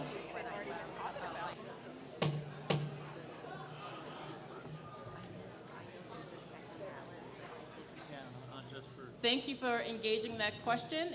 I love it that you could talk forever. I hope that's what's happening about that particular love. The chair recognizes dispatch for the next order of business. The next order of business is a youth ministry update. Yes. The chair recognizes Ms. Heather Campbell, Diocesan Youth Minister. Yay.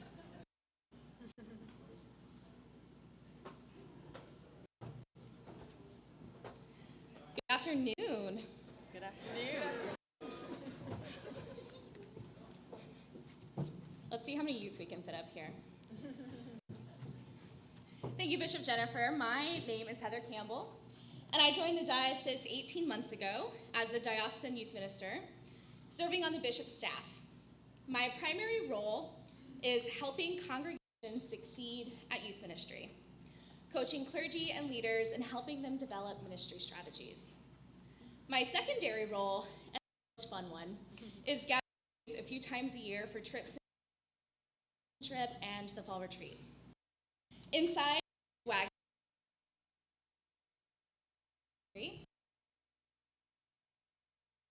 table that I share.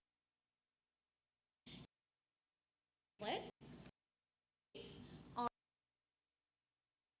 to complete Paul in 2022 with clergy request ministry. Coming back to a new normal, youth weren't. We weren't coming back to church. The diocese hired ministry architects, ministry consulting agency. Ministry architects conducted interviews and listening sessions across the diocese, hired me as the new full-time youth minister, created a renovation team to conduct a census across congregations, and invited the diocese to contribute to a new vision for youth ministry. This was our first full year working on our 5-year goals, and it has been a really exciting and successful year for us. This year, we created a library of resources for congregational leaders on youth faith formation. This included both collecting resources that are already out there, as well as collecting resources from some of the leaders in our diocese. We also created several resources for fall youth ministry launches. Next year, we plan on curating resources for the collection as needed and as requested. We are grateful for those who've reached out and said things like, you know what I need? An editable event registration form. Because then my team can respond and say, we can create that for you. And then it's right there on our website. We also created a youth confirmation curriculum. just edited by a team of clergy, and to be piloted with a group of youth from St. Christopher's in February. This curriculum will become widely available in fall of next year, with a diocesan confirmation course. Especially grateful to Old Stone in editing this curriculum. Pretty good team.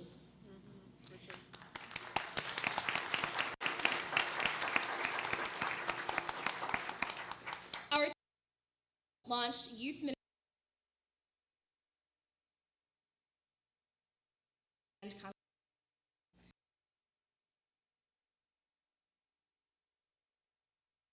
and the more realize everyone in the church is a youth minister, whether you have a formal youth ministry or whether you have an intergenerational church.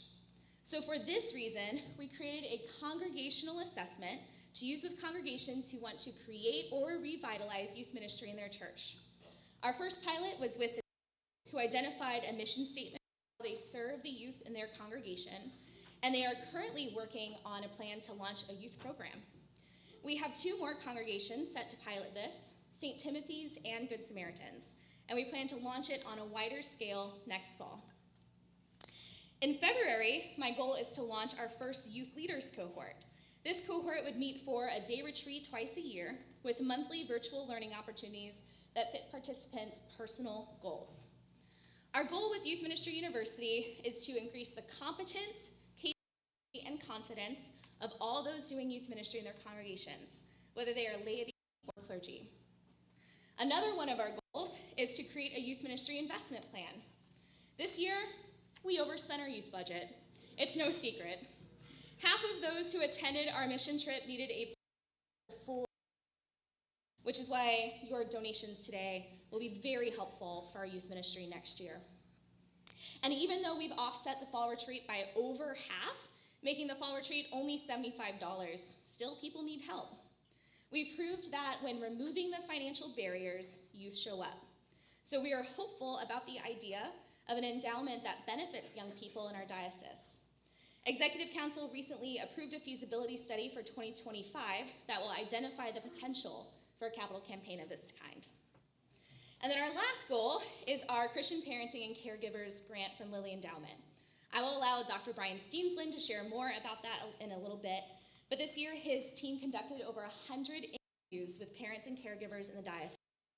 His team is compiling that data, and next year will mark a shift in passing off the data to my team to create resources that address the needs of parents in our diocese. We are looking forward to that. The progress we've done. Here we have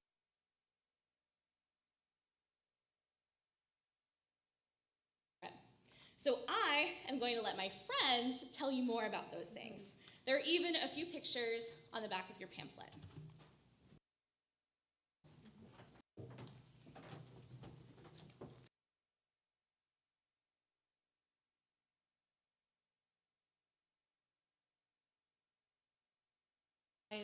We held an overnighter for the youth at night, play games, decorate the and do evening prayer. The majority of youth marched in Pride together the next day. My favorite part of Pride was the festival and getting to meet everyone there too. Thank you.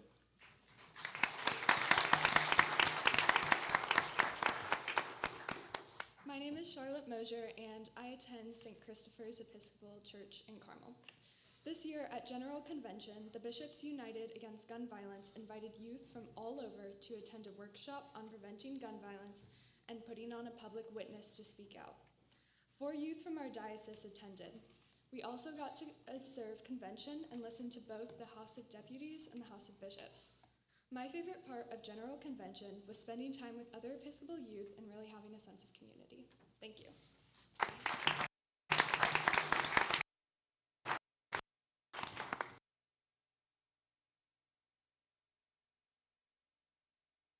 Episcopal Church in Crawfordsville. So this summer, 35 youth leaders,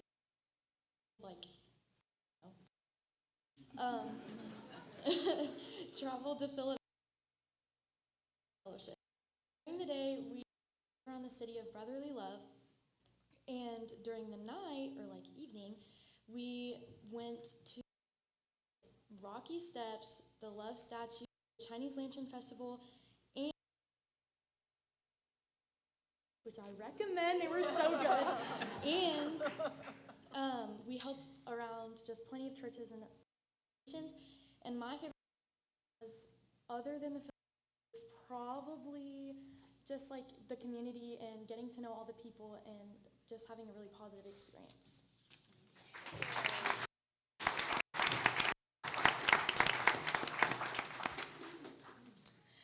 So, as we look ahead, we are most excited about the upcoming fall retreat. After a 5-year hiatus, we are excited to welcome over 100 youth and adults to Waycross and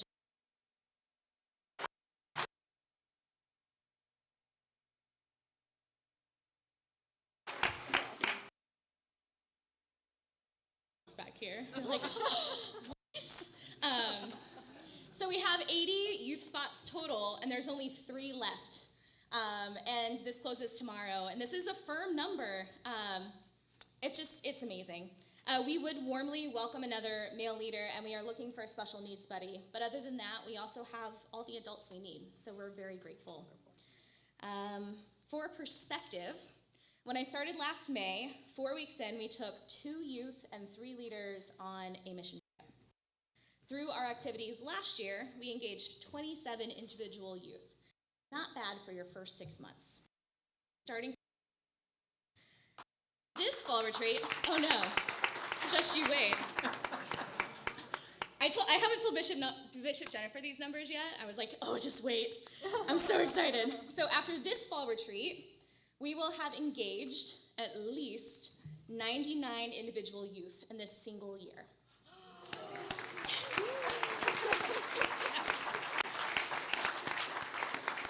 Exciting. This does not count the many, many adults who have poured into our youth this year. If you are an adult in this room and you were a part of the overnighter, the mission trip, general convention, will be at the fall retreat, or worked with me on confirmation or youth ministry university, will you please stand up so we can recognize you?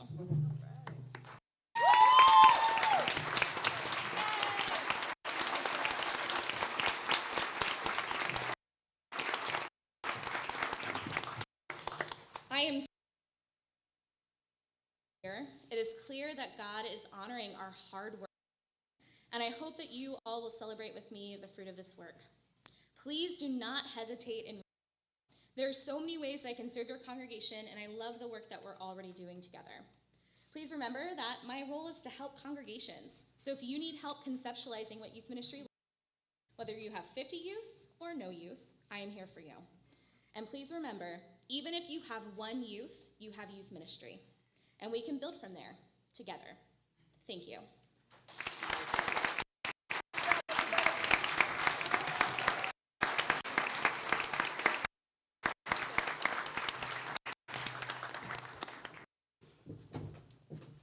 Wow.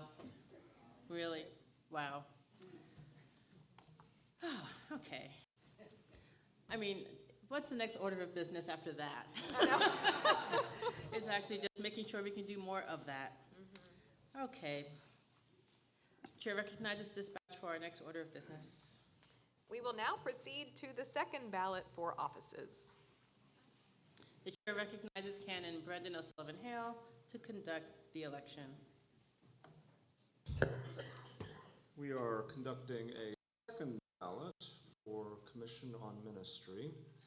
I'll note that the Reverend Brother Elred Dean has withdrawn from this election, so I'm just doing a quick edit of the ballot. Thank you for your patience. The vote is open. Please vote.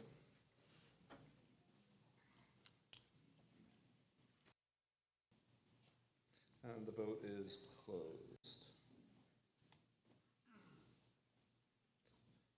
Chair recognizes dispatch for the results of the election.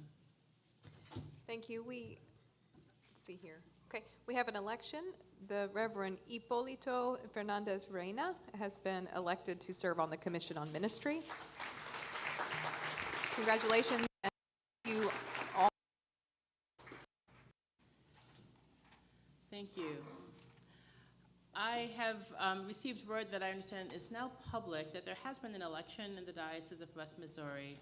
They have elected the Very Reverend Amy Mew to be their next bishop, and I would appreciate it if we could stand and give our thanks and appreciation to Bradley and Katie for their involvement in that election.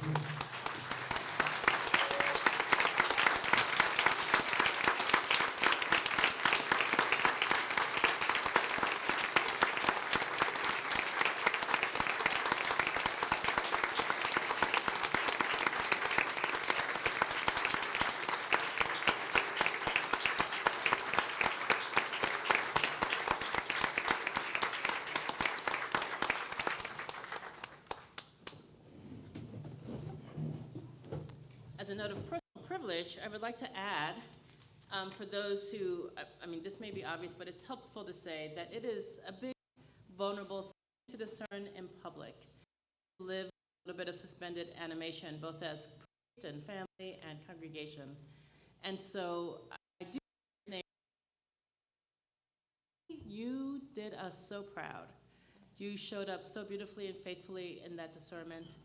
And I am grateful for the ways in which you offered yourself so beautifully for the whole church. And I'm also grateful that we get to have you here a little while longer because we love you and Katie so much.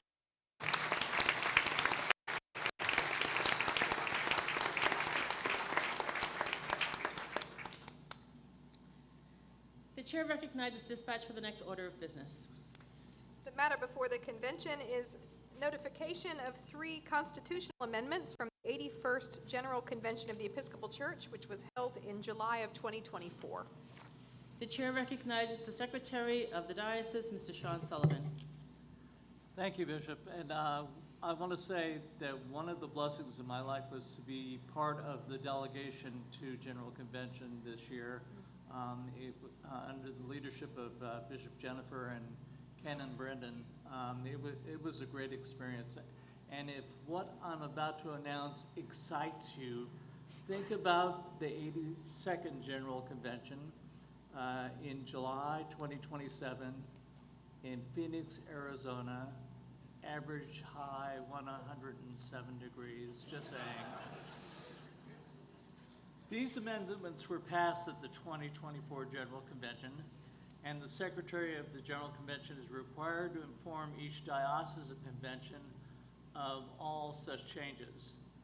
No action by the diocesan convention is required. These amendments will not be brought up for a vote. More information will be available on our website. These amendments are A043 to amend the Constitution Article 8 regarding clergy and local ecumenical partnerships, first reading. A071 to amend the Constitution and canons related to mergers of dioceses, of admission of new dioceses, second reading. A072 to amend Article 10 of the Constitution of the Episcopal Church of the Book of Common Prayer, second reading.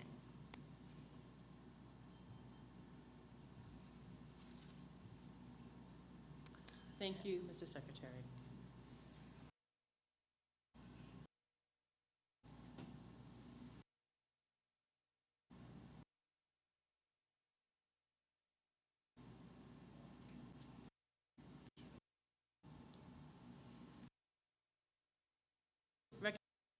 Next order of business.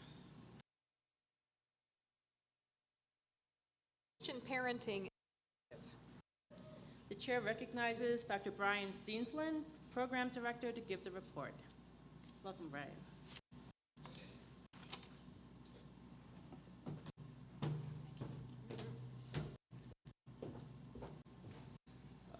And everyone. Good afternoon. So the future of the church is our young people.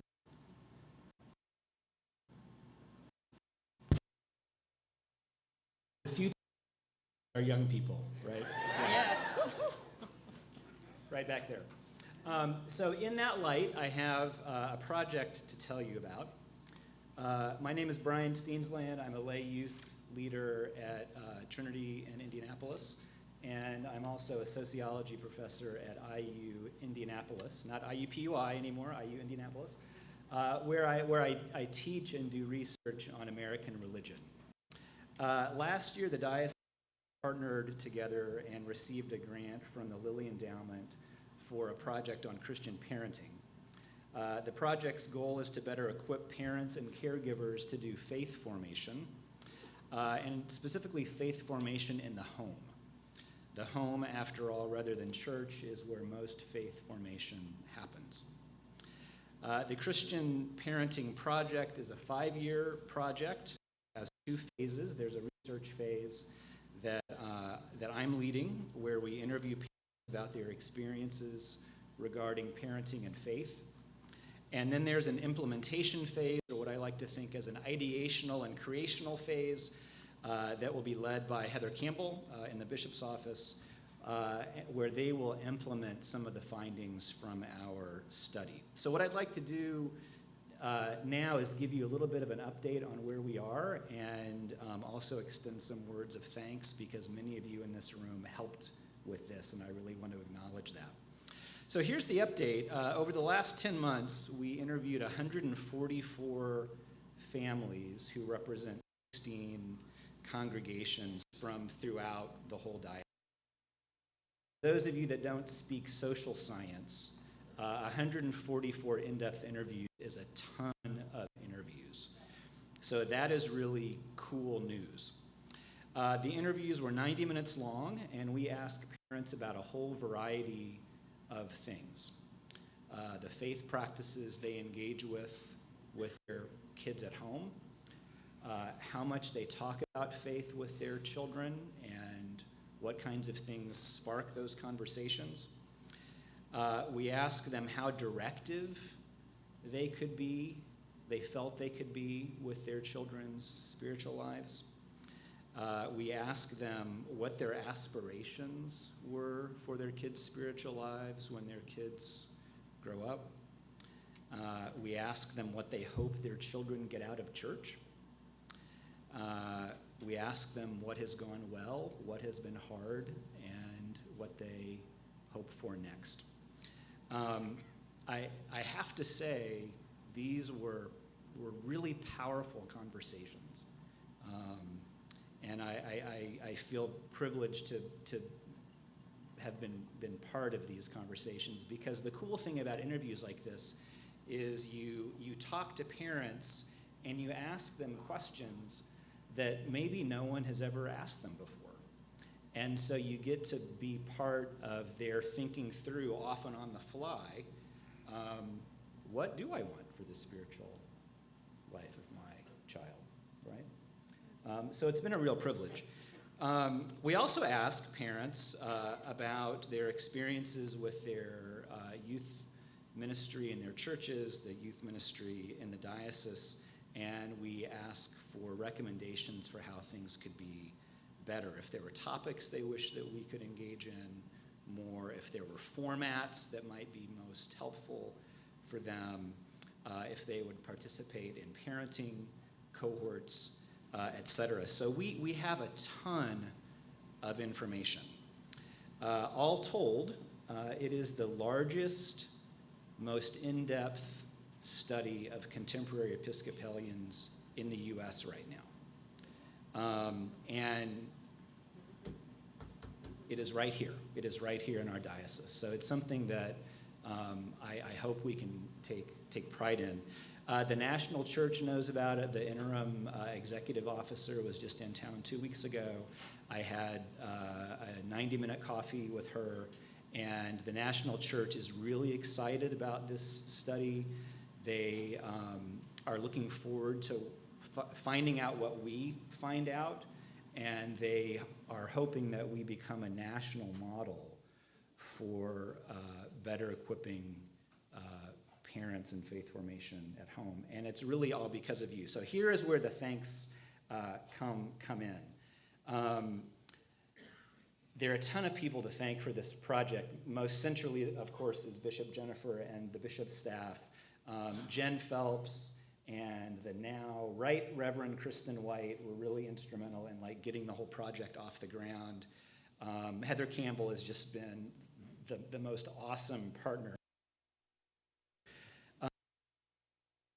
And more germane right now, many of you church leaders, rectors, vestry members, lay youth leaders, paid youth leaders, you help me, and this is really valuable for social science. It sounds so dry and boring maybe to you, but you helped me get lists of parents that I could reach out to.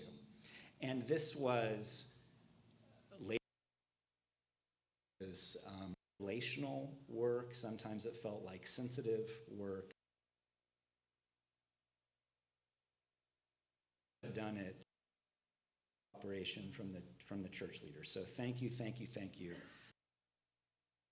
Parents, 144 parents is a lot of parents. A lot of you are in this room, and you to share your experience with parent is incredible. It's generous. It's incredibly generous. So if you participated in any way, shape, or form, I just want to give you and the whole research team and the diocese a very sincere word of thanks. Or extend to you as so here's where we are. We're in year one of a 5-year. This upcoming year, we're going to be reporting out what we're hearing from parents. We'll be making some recommendations to the diocese for activities and parenting cohorts and resources. And what I really hope to do, and I'll probably be reaching out to some of you about this, I really hope to start having meetings with parents and church leaders where we can share with you what we're hearing in the project. So to return to where I started off, the future of the church really is the youth, and the youth are in the hands of their parents. And so I hope we can work together to help equip parents so they can engage in this work of faith formation with hope and with joy and with confidence. So that's where we are, and thank you for your help.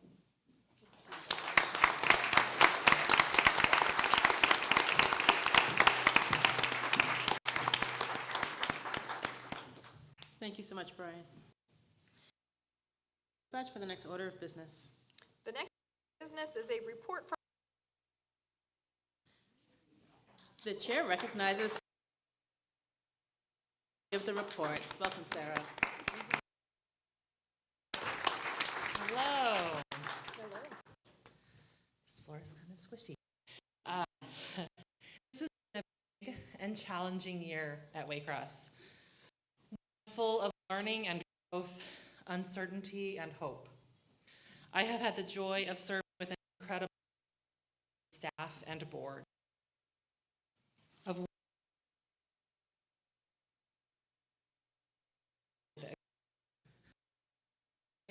history about our future, and getting to know the people of the Diocese of Indianapolis.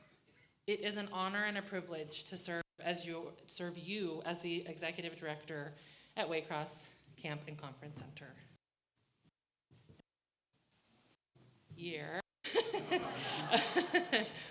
This year we put together and revamped offerings, began spending some of those funds,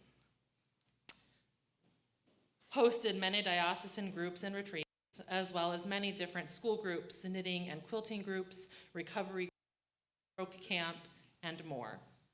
We have built countless campfires, ate an unknown number of s'mores, blazed new, tapped old trails to expand the use of our property.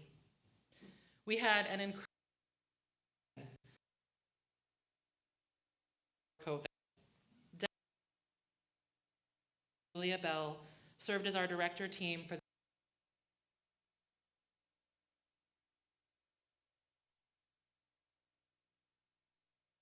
counselors and communicating and families, recruiting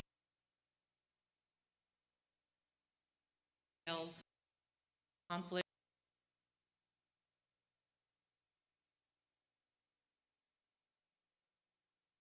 Deb, thank you.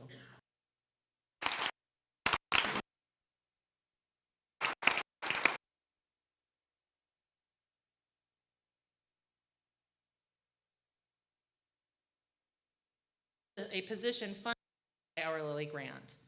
Rebecca is already and getting to know people within and outside of the diocese to develop and support Cross.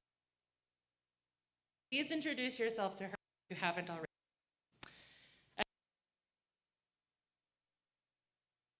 Vital repairs to the retreat house on Hickory Hill. Even next week, the new roof will be completed. Continue to fundraise and seek other funding sources to revitalize this historic and special place. All of the money spent thus far has been raised. None of it comes from our operating budget. We have some upcoming programs that I want to highlight briefly. Remaining in 2024, we have our Artists and Writers Retreat and Ever Craft Fair.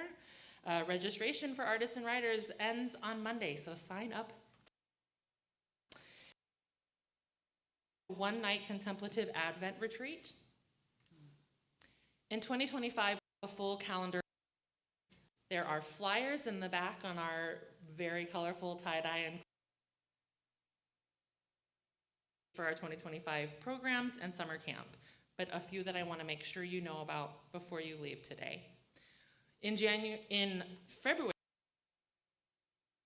this retreat, which is exactly aligned with the theme of this convention and our keynote address. Please come and talk to me or Bishop Jennifer about Living Compass. I'm really, really excited about this. At the end of June, beginning of July, we're hosting a camp for LGBT individuals and families. Classic Camp in July is a summer camp experience for folk 50 years and older, and we will be staying in the conference center. Just added this past week a camp in August for folk 45. Come swim, climb the rock wall, hike and canoe, read in hammocks, and connect with other adults. Not quite yet. As you look at our menu of programs, I hope you will participate in what interests and excites you.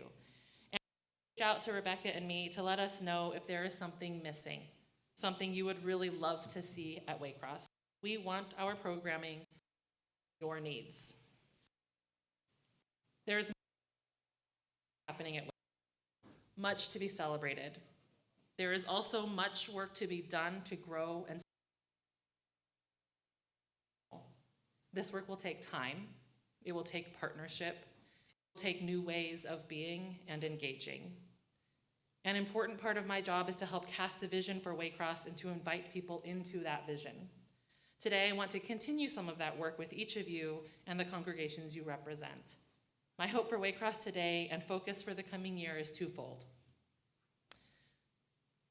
For Waycross to be a center place of formation and fellowship for the Diocese of Indianapolis, by offering our own excellent programming and continuing to partner in hosting diocesan groups and events and parish retreats. And two, to be deeply rooted in Brown County as community members, exploring ways to offer services and create connections to help meet some of the needs in our community. So how? First, by remembering always that we at Waycross belong to you. Waycross exists for and belongs to the people of the Indianapolis. We want to serve you and pray, play and learn with you. At the end of September, I sent a letter to each of your parishes asking you to consider including Waycross in your 2025 budgets. We want you to partner with us to make Waycross sustainable so that we can continue to serve you and the people of the diocese for generations to come as the parish hall of the diocese, as Jim said so delightfully puts it. Second, I have slowly and carefully begun talking to local community leaders and service providers in Brown County, asking them to help me imagine how we might make new creative use of Waycross's extensive property and facilities, to be a place that can partner with individuals and organizations in Brown County that might meet some of our community's most pressing needs, most notably needs like job training and preparation and childcare. Waycross is a place that fosters community, that welcomes people into our space and invites them to make it their own. I want us at Waycross to expand that reach, to aspire to more and better. I hope that you will join us and support Waycross in this work. Thank you.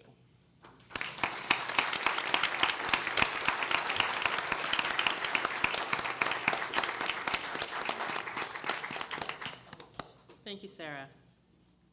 The chair recognizes dispatch for the next order of business. The next order of business is a diocesan property report. The chair recognizes Canon Brendan O'Sullivan Hale, the Reverend Sullivan, to give the report.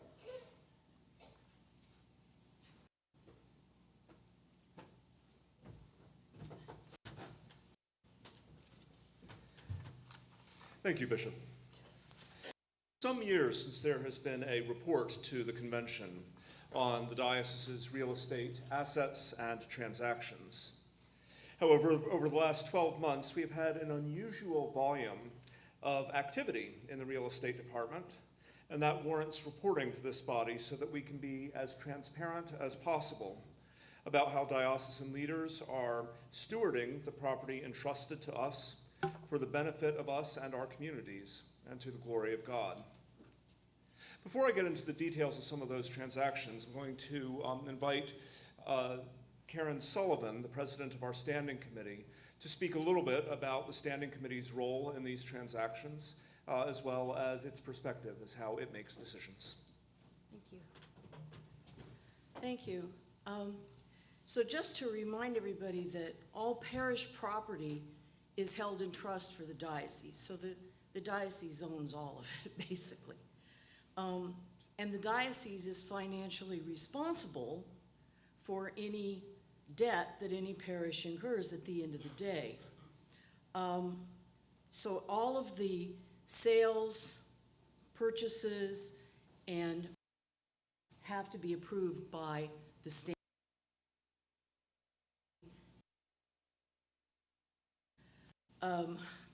We take the chancellor's advice very seriously. We rely on the chancellor to tell us if the contract is good, if it's.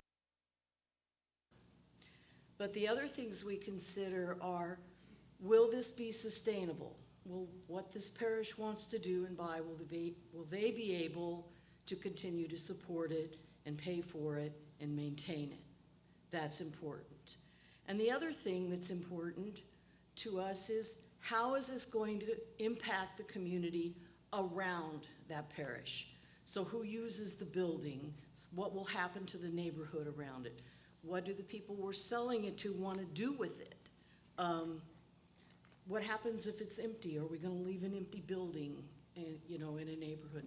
So we take all of that into consideration before we decide whether or not it's okay. And we almost always do. Thanks.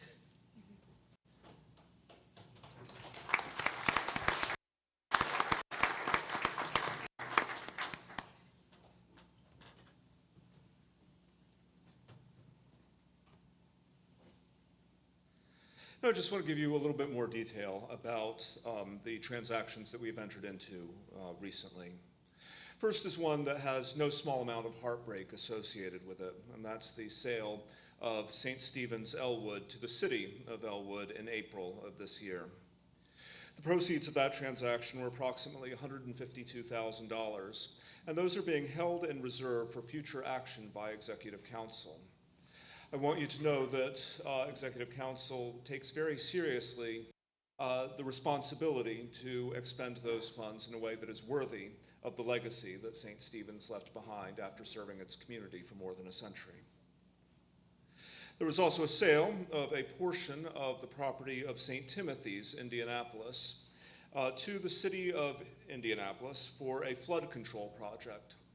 The proceeds of that transaction, $75,000, are being added to a St. Timothy's investment fund.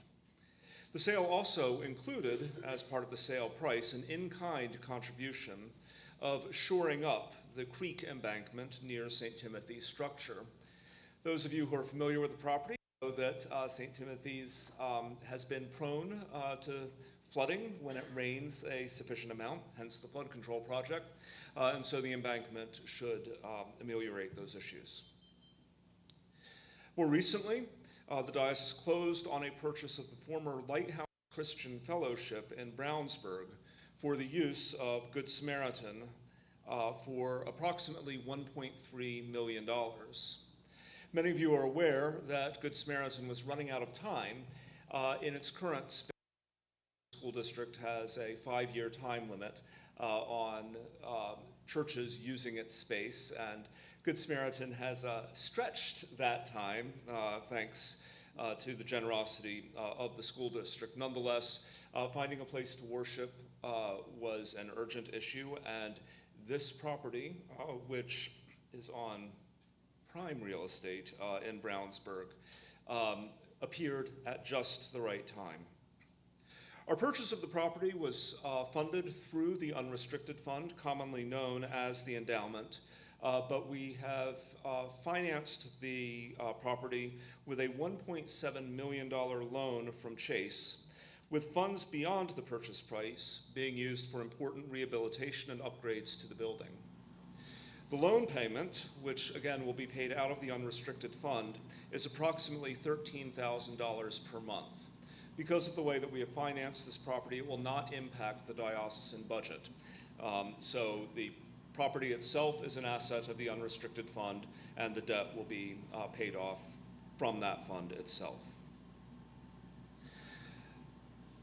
You all remember that at this last convention, we were preparing, sadly, for the closure of St. Albans as a worshiping congregation, a church located at 46th and Emerson in Indianapolis. We are very pleased that we have been able to work with our newest congregation, the Table, to make that space available for them. And they moved in and began worshiping there at the beginning of October. Right now, the diocese has control of the building and is renting it to the Table for $1,100 a month. And is holding those funds in escrow for capital maintenance of the building. And then Peace Rockport has entered into a rental contract with an option to purchase property of that community. The lease is 2 years.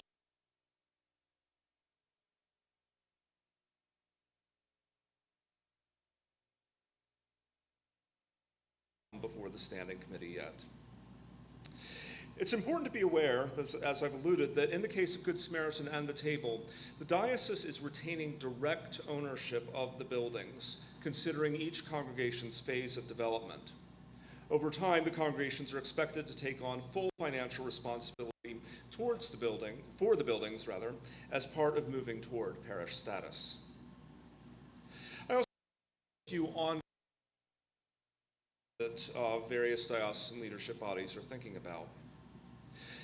There's continued discernment needed regarding the property and speedway that formerly housed St. John's.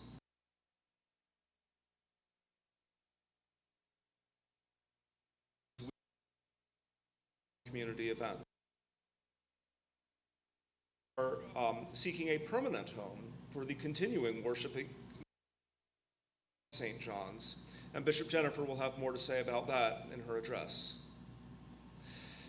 One other congregation in the Indianapolis Metro, Holy Family, is preparing to enter into a property transaction that does not involve the use of diocesan funds. The transaction is still in process, and I don't want to divulge details about that just yet, but it is moving along in a way that to the Holy Family community. Options for the 56th Street,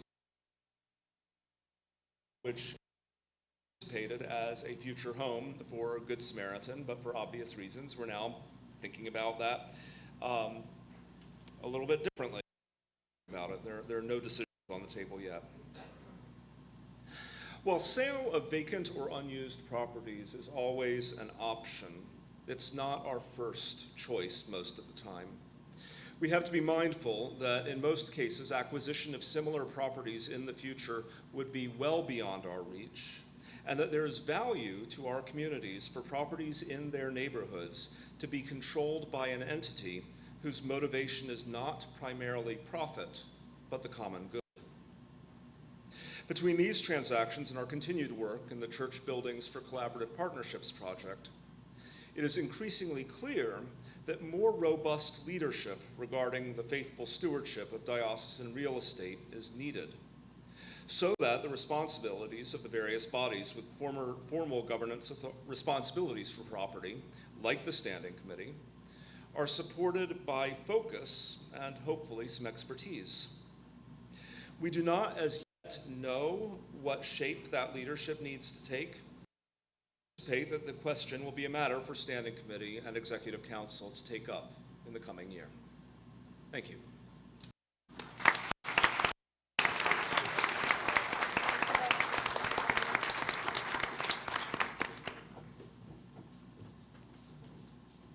Thank you both. All right, Saints. For our next stretch break, I'm going to take 2 minutes to stand up, turn to your neighbor or someone you haven't yet spoken with, and describe your hope for the future of the church. Think about the future of the church. What comes to mind? 2 minutes. Stand up and take a stretch. Thank you, everyone. We're back in order.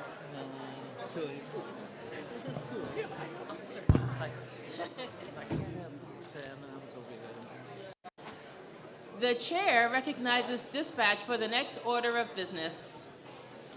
Thank you. The next order of business is the treasurer's report. Thank you, Bishop. I'm Laurel Cornell. I'm the treasurer of the diocese, which is a lay position and a volunteer position. I live in Bloomington and I'm a member of Christ Church Cathedral. The treasurer's report is straightforward this year. There's not much which is different from earlier years. The written report is not yet available, but in the interim, I will give you a summary. The report is based on the financial statement for the month ended August 2024, and on the third quarter results as reported by Marquette Associates, our investment advisors. Let me talk about income, about expenses, and then about some of the details of finances. As you know, the diocese has two sources of income, apportionments and the income from our endowment. Apportionments are up to date except for 3 congregations. One is using sale of valuable commercial property to rectify its apportionment. One is St. John's Speedway, which is now a very different congregation from the one that incurred that obligation. And one congregation is behind. As for our investments, they have done well in the past year. We have 3 funds, the unrestricted fund, the growth fund, and the balanced fund. The unrestricted fund serves as a source for diocesan expenses.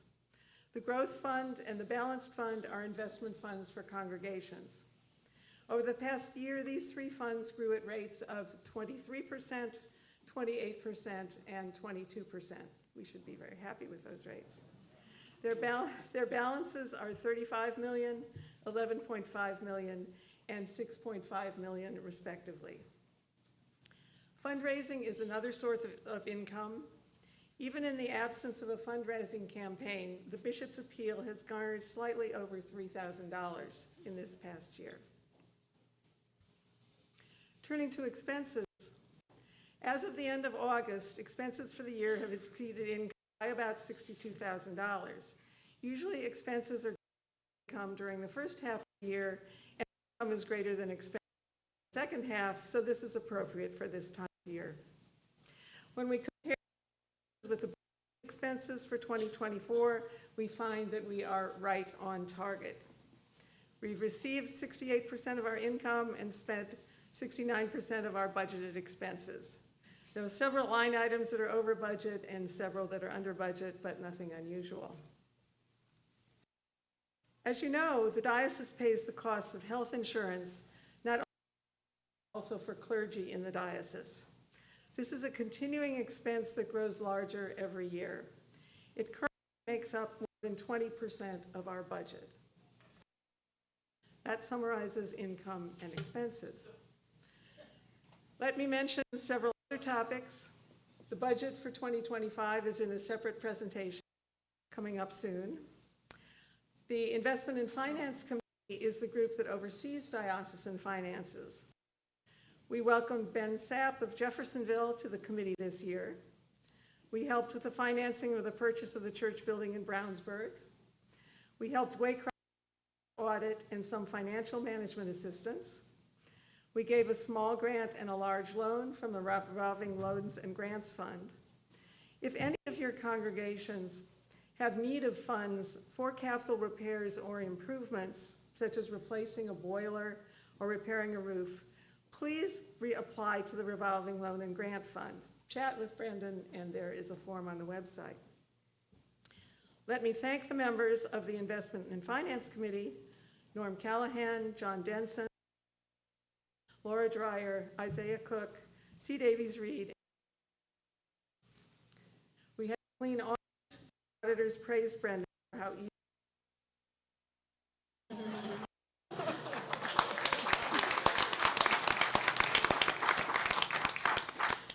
Finally, last year I spent considerable time talking about the financial situation of Waycross Camp and Conference Center.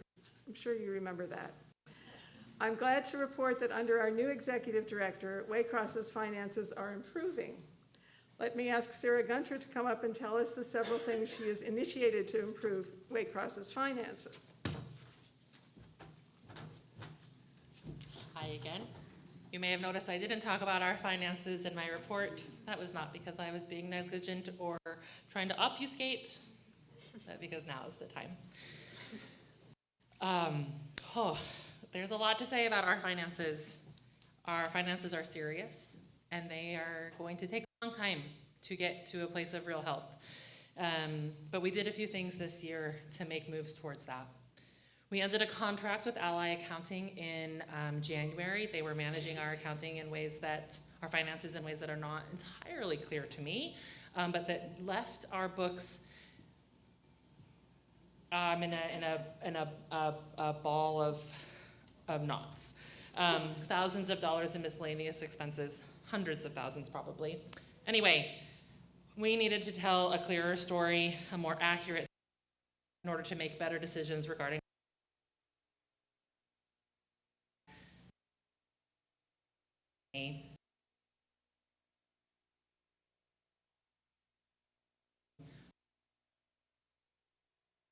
new QuickBooks company to begin to understand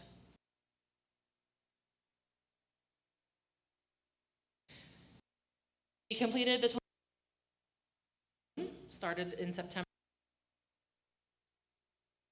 It was actually employed at Waycross in 2022. So as you can imagine, it was an endeavor. It took a long time, and it cost $56,000. Yes. We are working now on the 2023 audit. Hopefully, this will be the last and only year I do 2 audits in 1 year. This board created the Finance Committee.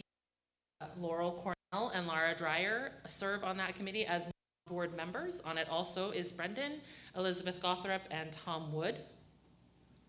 With that committee, we are building budgets, asking hard questions, making plans for fundraising and other ways to fill in the gaps as we continue to work towards health and new ways of managing and growing our income.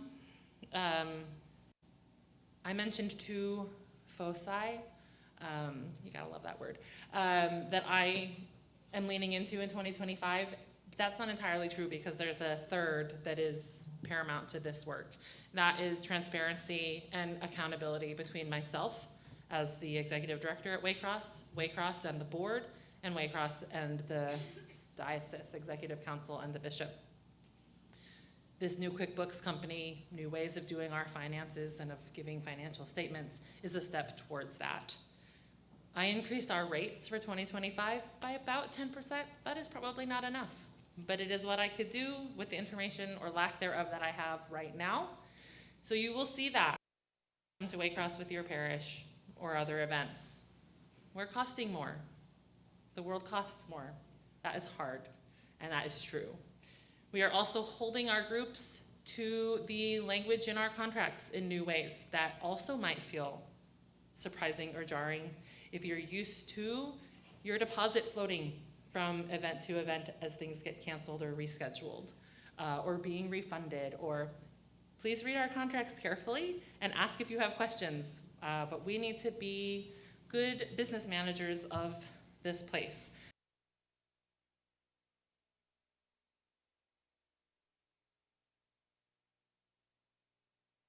We want you there.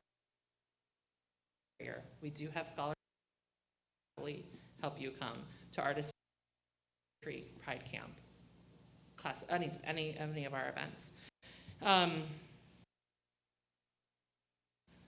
All that we have done, but a lot of what we have done and are continuing. Sarah.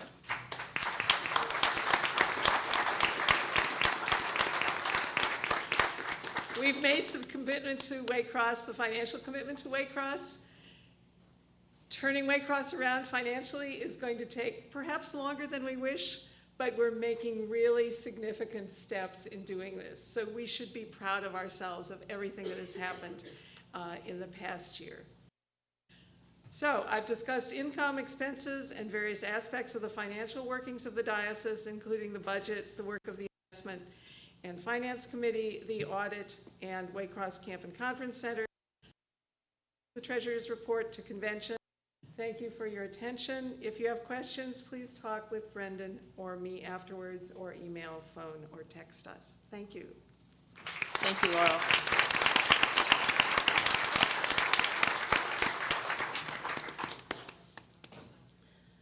The chair recognizes dispatch.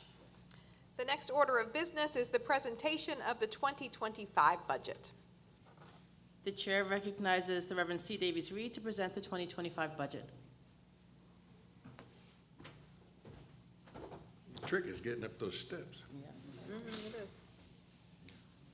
Well, you know, if it's time for the budget, we're getting close to the end of this whole thing. I'm glad to see you all too. Good afternoon. I want to first thank all the members of the Budget Formation Committee. That includes the irascible Roseanne Grasty, whom I love and adore, Laura Dreyer, Greg Staub, Laurel Cornell, whom you just heard from, Brendan O'Sullivan-Hale, who teed it all up for us before going on sabbatical, and then special thanks to a person who stepped in to a new job and then took on a second job immediately upon Brendan's sabbatical, and that is special thanks to the Reverend Canon Juliana Capoletti Gray for doing everything.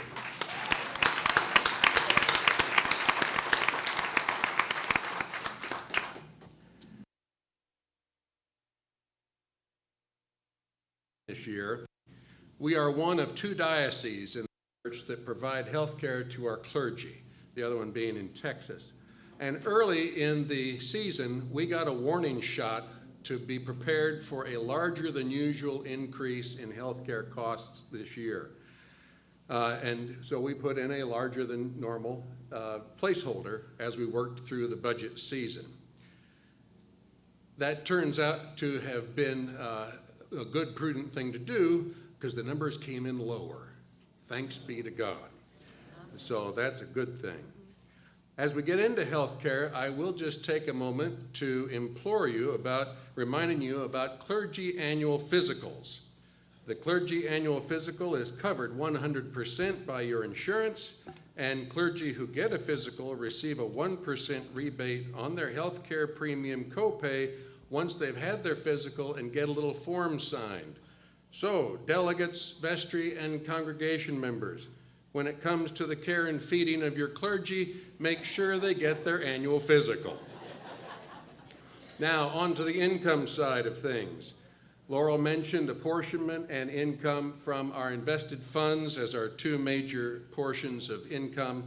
Apportionment this year is decided, this is, oh, by the way, I've come here on behalf of the Budget Formation Committee, Investment Finance Committee, Personnel Policy and Compensation Committee, and the Executive Council. So when we get to the whole motion thing, that's who it's coming from. So you don't even think about a second on this one. Apportionment, recommending maintaining it again this year at 13.25%, and then also maintaining our draw against invested funds at 5%, which we have declared is our maximum draw allowable. Given all that, the budget for 2025 has shown a decrease in income of about $40,000. So I remind you of 2 points that I tried to make in each of the neighborhood meetings, and that is, the first is remembering that a not-for-profit organization also means not for loss. And the second is, we are a diocese with lots of resources, and it means we can do anything we want, but we can't do everything we want. On the expense side, there are a number of line items to note, and so I'm going to march through the highlight reel. And with apologies to Sean, there are no PowerPoint slides this year. But if you stay around next year, I'm going to really get you, just for you. The cost of living adjustment for those paid through the diocese is recommended a minimum increase of 3%. As we work our way through, line 45, if you're following along at home, is the apportionment that we pay to the Episcopal Church, which is 15% of our net operating income, less certain exemptions. So if you do the strict math, it won't add up. Brendan can tell you what those exemptions are, but trust the math. Line 62 is support, direct support to Waycross operations, which is slotted at $200,000. And when you receive the request today to see about having congregations include a line item for support to Waycross, I encourage you to do that. I wonder what a grant application from Waycross would look like if it said all the parishes in the diocese support Waycross Camp and Conference Center. Line 78, Bishop's staff travel. This is actually a post-COVID adjustment. During COVID, we were able to take travel pretty much to zero because nobody was going anywhere. And as we brought that budget back out of hiatus, we didn't bring it back strong enough, so we've added $10,000 to that. Line 106 is the Center for Congregations. That's an accrual fund, which means we fund it and hold it in a pool, and then as we use it and need to replenish it, that's what we put into the budget. So we have $10,000 for the Center for Congregations. Also a reminder, when you apply for Center for Congregations grants now, you can apply for up to $25,000 matching as opposed to the previous $15,000 matching. You don't have to ask for all of it, but there's a new upper limit. Line 107 is a placeholder for a capital campaign. And also a reminder that this year's healthcare premium co-share, that's the part that the clergy pay, we've had we've planned a 10-year increase of 1% a year to get to 25%.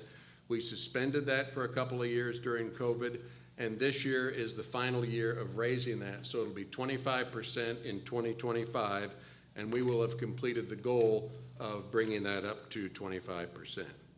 Healthcare costs.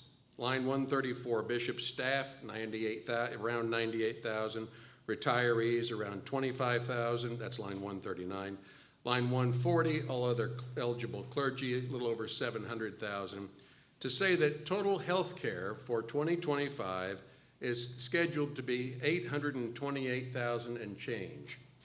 That represents 21.4% of our budget.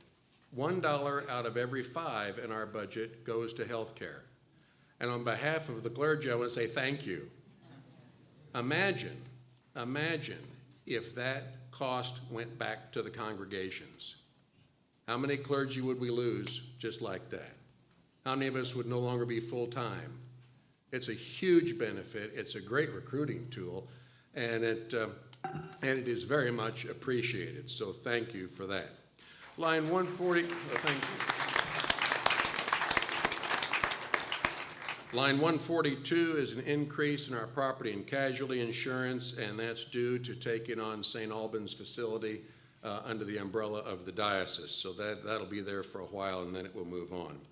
So with all that being said, Bishop, we have a balanced budget for 2025 of $3,866,965, and we present it to the household for approval. Thank you, C. Davies. Because the budget comes to us from several committees, it does not need a second. We'll take it as a motion that's been seconded, and I will ask if there's any discussion, any questions or discussion on the budget as it's been presented. Looks like we're ready to vote.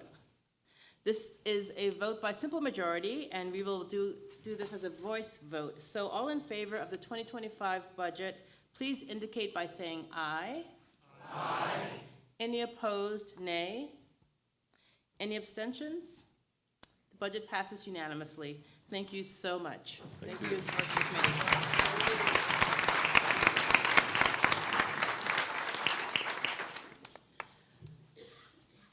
The next, well, dispatch. I can't talk without dispatch. The next order of business is a special recognition. Thank you, dispatch. Last night, I had the great pleasure of recognizing Sean Sullivan for his ministry as Assistant Secretary of the Diocese, Secretary of Convention, and Executive Council. And it was wonderful to be able to celebrate in the midst of a delicious meal and having social time. However, we are now officially in business, and so I want to offer this recognition once again so that it is officially read into the minutes and a part of the record and journal of the Diocese of Indianapolis. Sean has served as the Secretary of the Diocese and has served admirably and well and faithfully since 2016. Over the past 8 years, he has served to witness and chronicle and communicate through all kinds of means, minutes, social media, and being someone who has offered good counsel to me and the rest of our leadership, doing so in a way that gives our diocese a true sense of what our story is, who we are, and what we have done. There are so many duties that have been put into the Constitution and canons about what a secretary ought to do, and some of them Sean has done that were not considered when those canons were created, like the place of social media. And so it's been my delight to lift up that particular ministry of chronicling the meetings of Executive Council, Standing Committee, other gatherings that we would have. If Sean was present, he would document and often tweet about it or somehow communicate it so that the rest of the world, the church and beyond, could see our work. He also took the minutes, attested to the minutes, and helped us keep the record of all of the official actions of the diocese. When we began to reconsider our mission as a diocese, when I became your bishop, he was the one who coined the phrase, the work set forth. If you remember that term being used, can you raise your hand? We would talk about the work set forth, and we would say that term, and you would know it meant our 5 mission pillars, until we realized that we needed to explain what the work set forth really was. But it was this really pithy shorthand that helped us to understand that we were about identifying a new and clear mission, and the work set forth before us was work that we were called to, and if we said the term, we knew what we were about. Sean has worshiped faithfully alongside his spouse, Deacon Karen Sullivan, the president of the Standing Committee, and because of that, he has been an active lay leader in the congregations where she served: St. Philip's, Indianapolis, Church of the Nativity, Indianapolis, and St. Thomas Franklin. For all of this, and for all of the work that has been done, which may not even be yet known to me, Sean, we give you our thanks and gratitude and all best wishes as you continue to serve in other ways in our diocese. Can we give him a round of applause?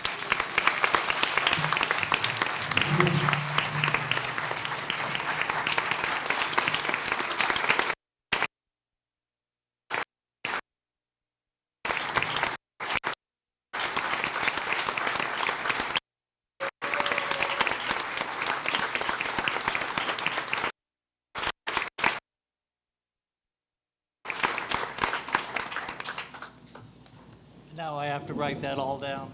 That's right. I might be able to help you with that. The chair recognizes dispatch for the next order of business. The next order of business is the election of Ms. Connie Betts as Secretary of the Diocese. I would like to say a word about Connie before we continue with the election. Ms. Connie Betts is a lay leader and warden from Trinity Church in Lawrenceburg, Indiana. She has degrees in education and educational psychology and has been a teacher for some 20 years, over 20 years, in elementary school education. She has served our diocese in a number of ways, most recently as one of our deputies to the 81st General Convention. She's a graduate of the College for Congregational Development and has been, in so many ways, a great listening ear and wisdom partner as we've gone about our work related to small congregations, mission strategy, and other things. I'm delighted that she's agreed to stand for election as Secretary of the Diocese. So, we have to do this officially. The chair now appoints Ms. Connie Betts as Secretary of the Diocese, and this appointment is subject to confirmation by convention. Without objection, we will proceed to vote on this confirmation of Connie Betts as Secretary of the Diocese. We'll conduct this as a voice vote. All in favor of Ms. Connie Betts as Secretary of the Diocese indicate by saying aye. Aye. Any opposed? Any abstentions? Well, then it is a delight to, by acclamation, signify your appointment as Secretary to the Diocese of Indianapolis.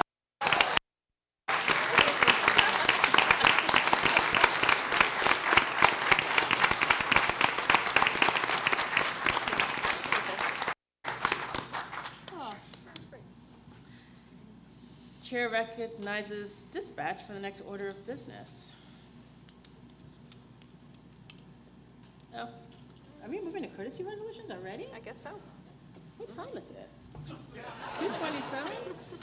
All right. We really are at the concluding end of our business. Therefore, I get to call on the Reverend Greg Baker for courtesy resolutions. Wow. Thank you, Bishop.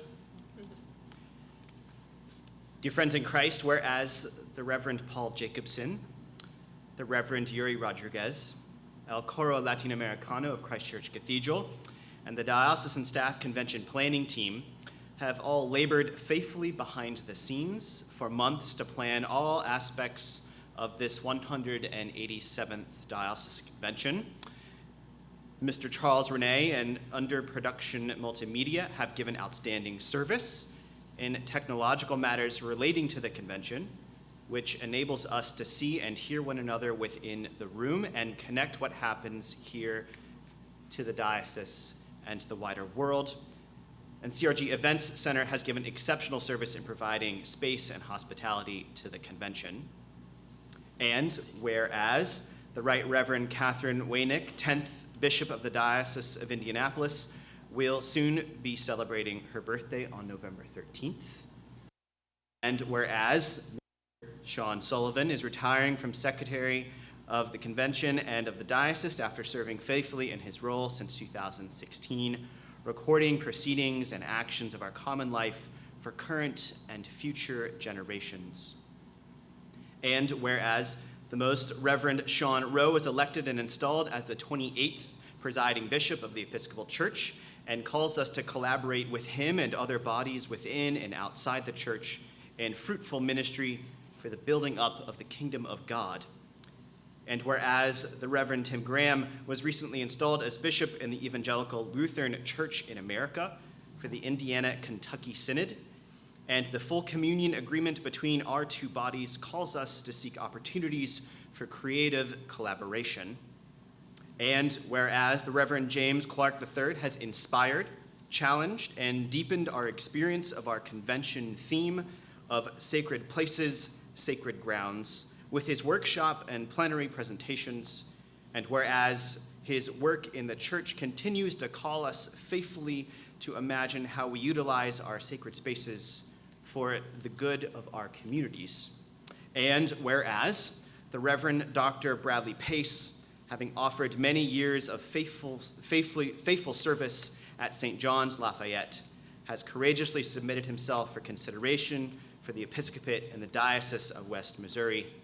And whereas the Right Reverend Douglas Sparks and the Diocese of Northern Indiana continue to faithfully discern reunification alongside this diocese with prayerfulness, imagination, and excitement, be it resolved that the 187th Convention of the Episcopal Diocese of Indianapolis extends its heartfelt gratitude and congratulations to the aforementioned and prayers to God for the same.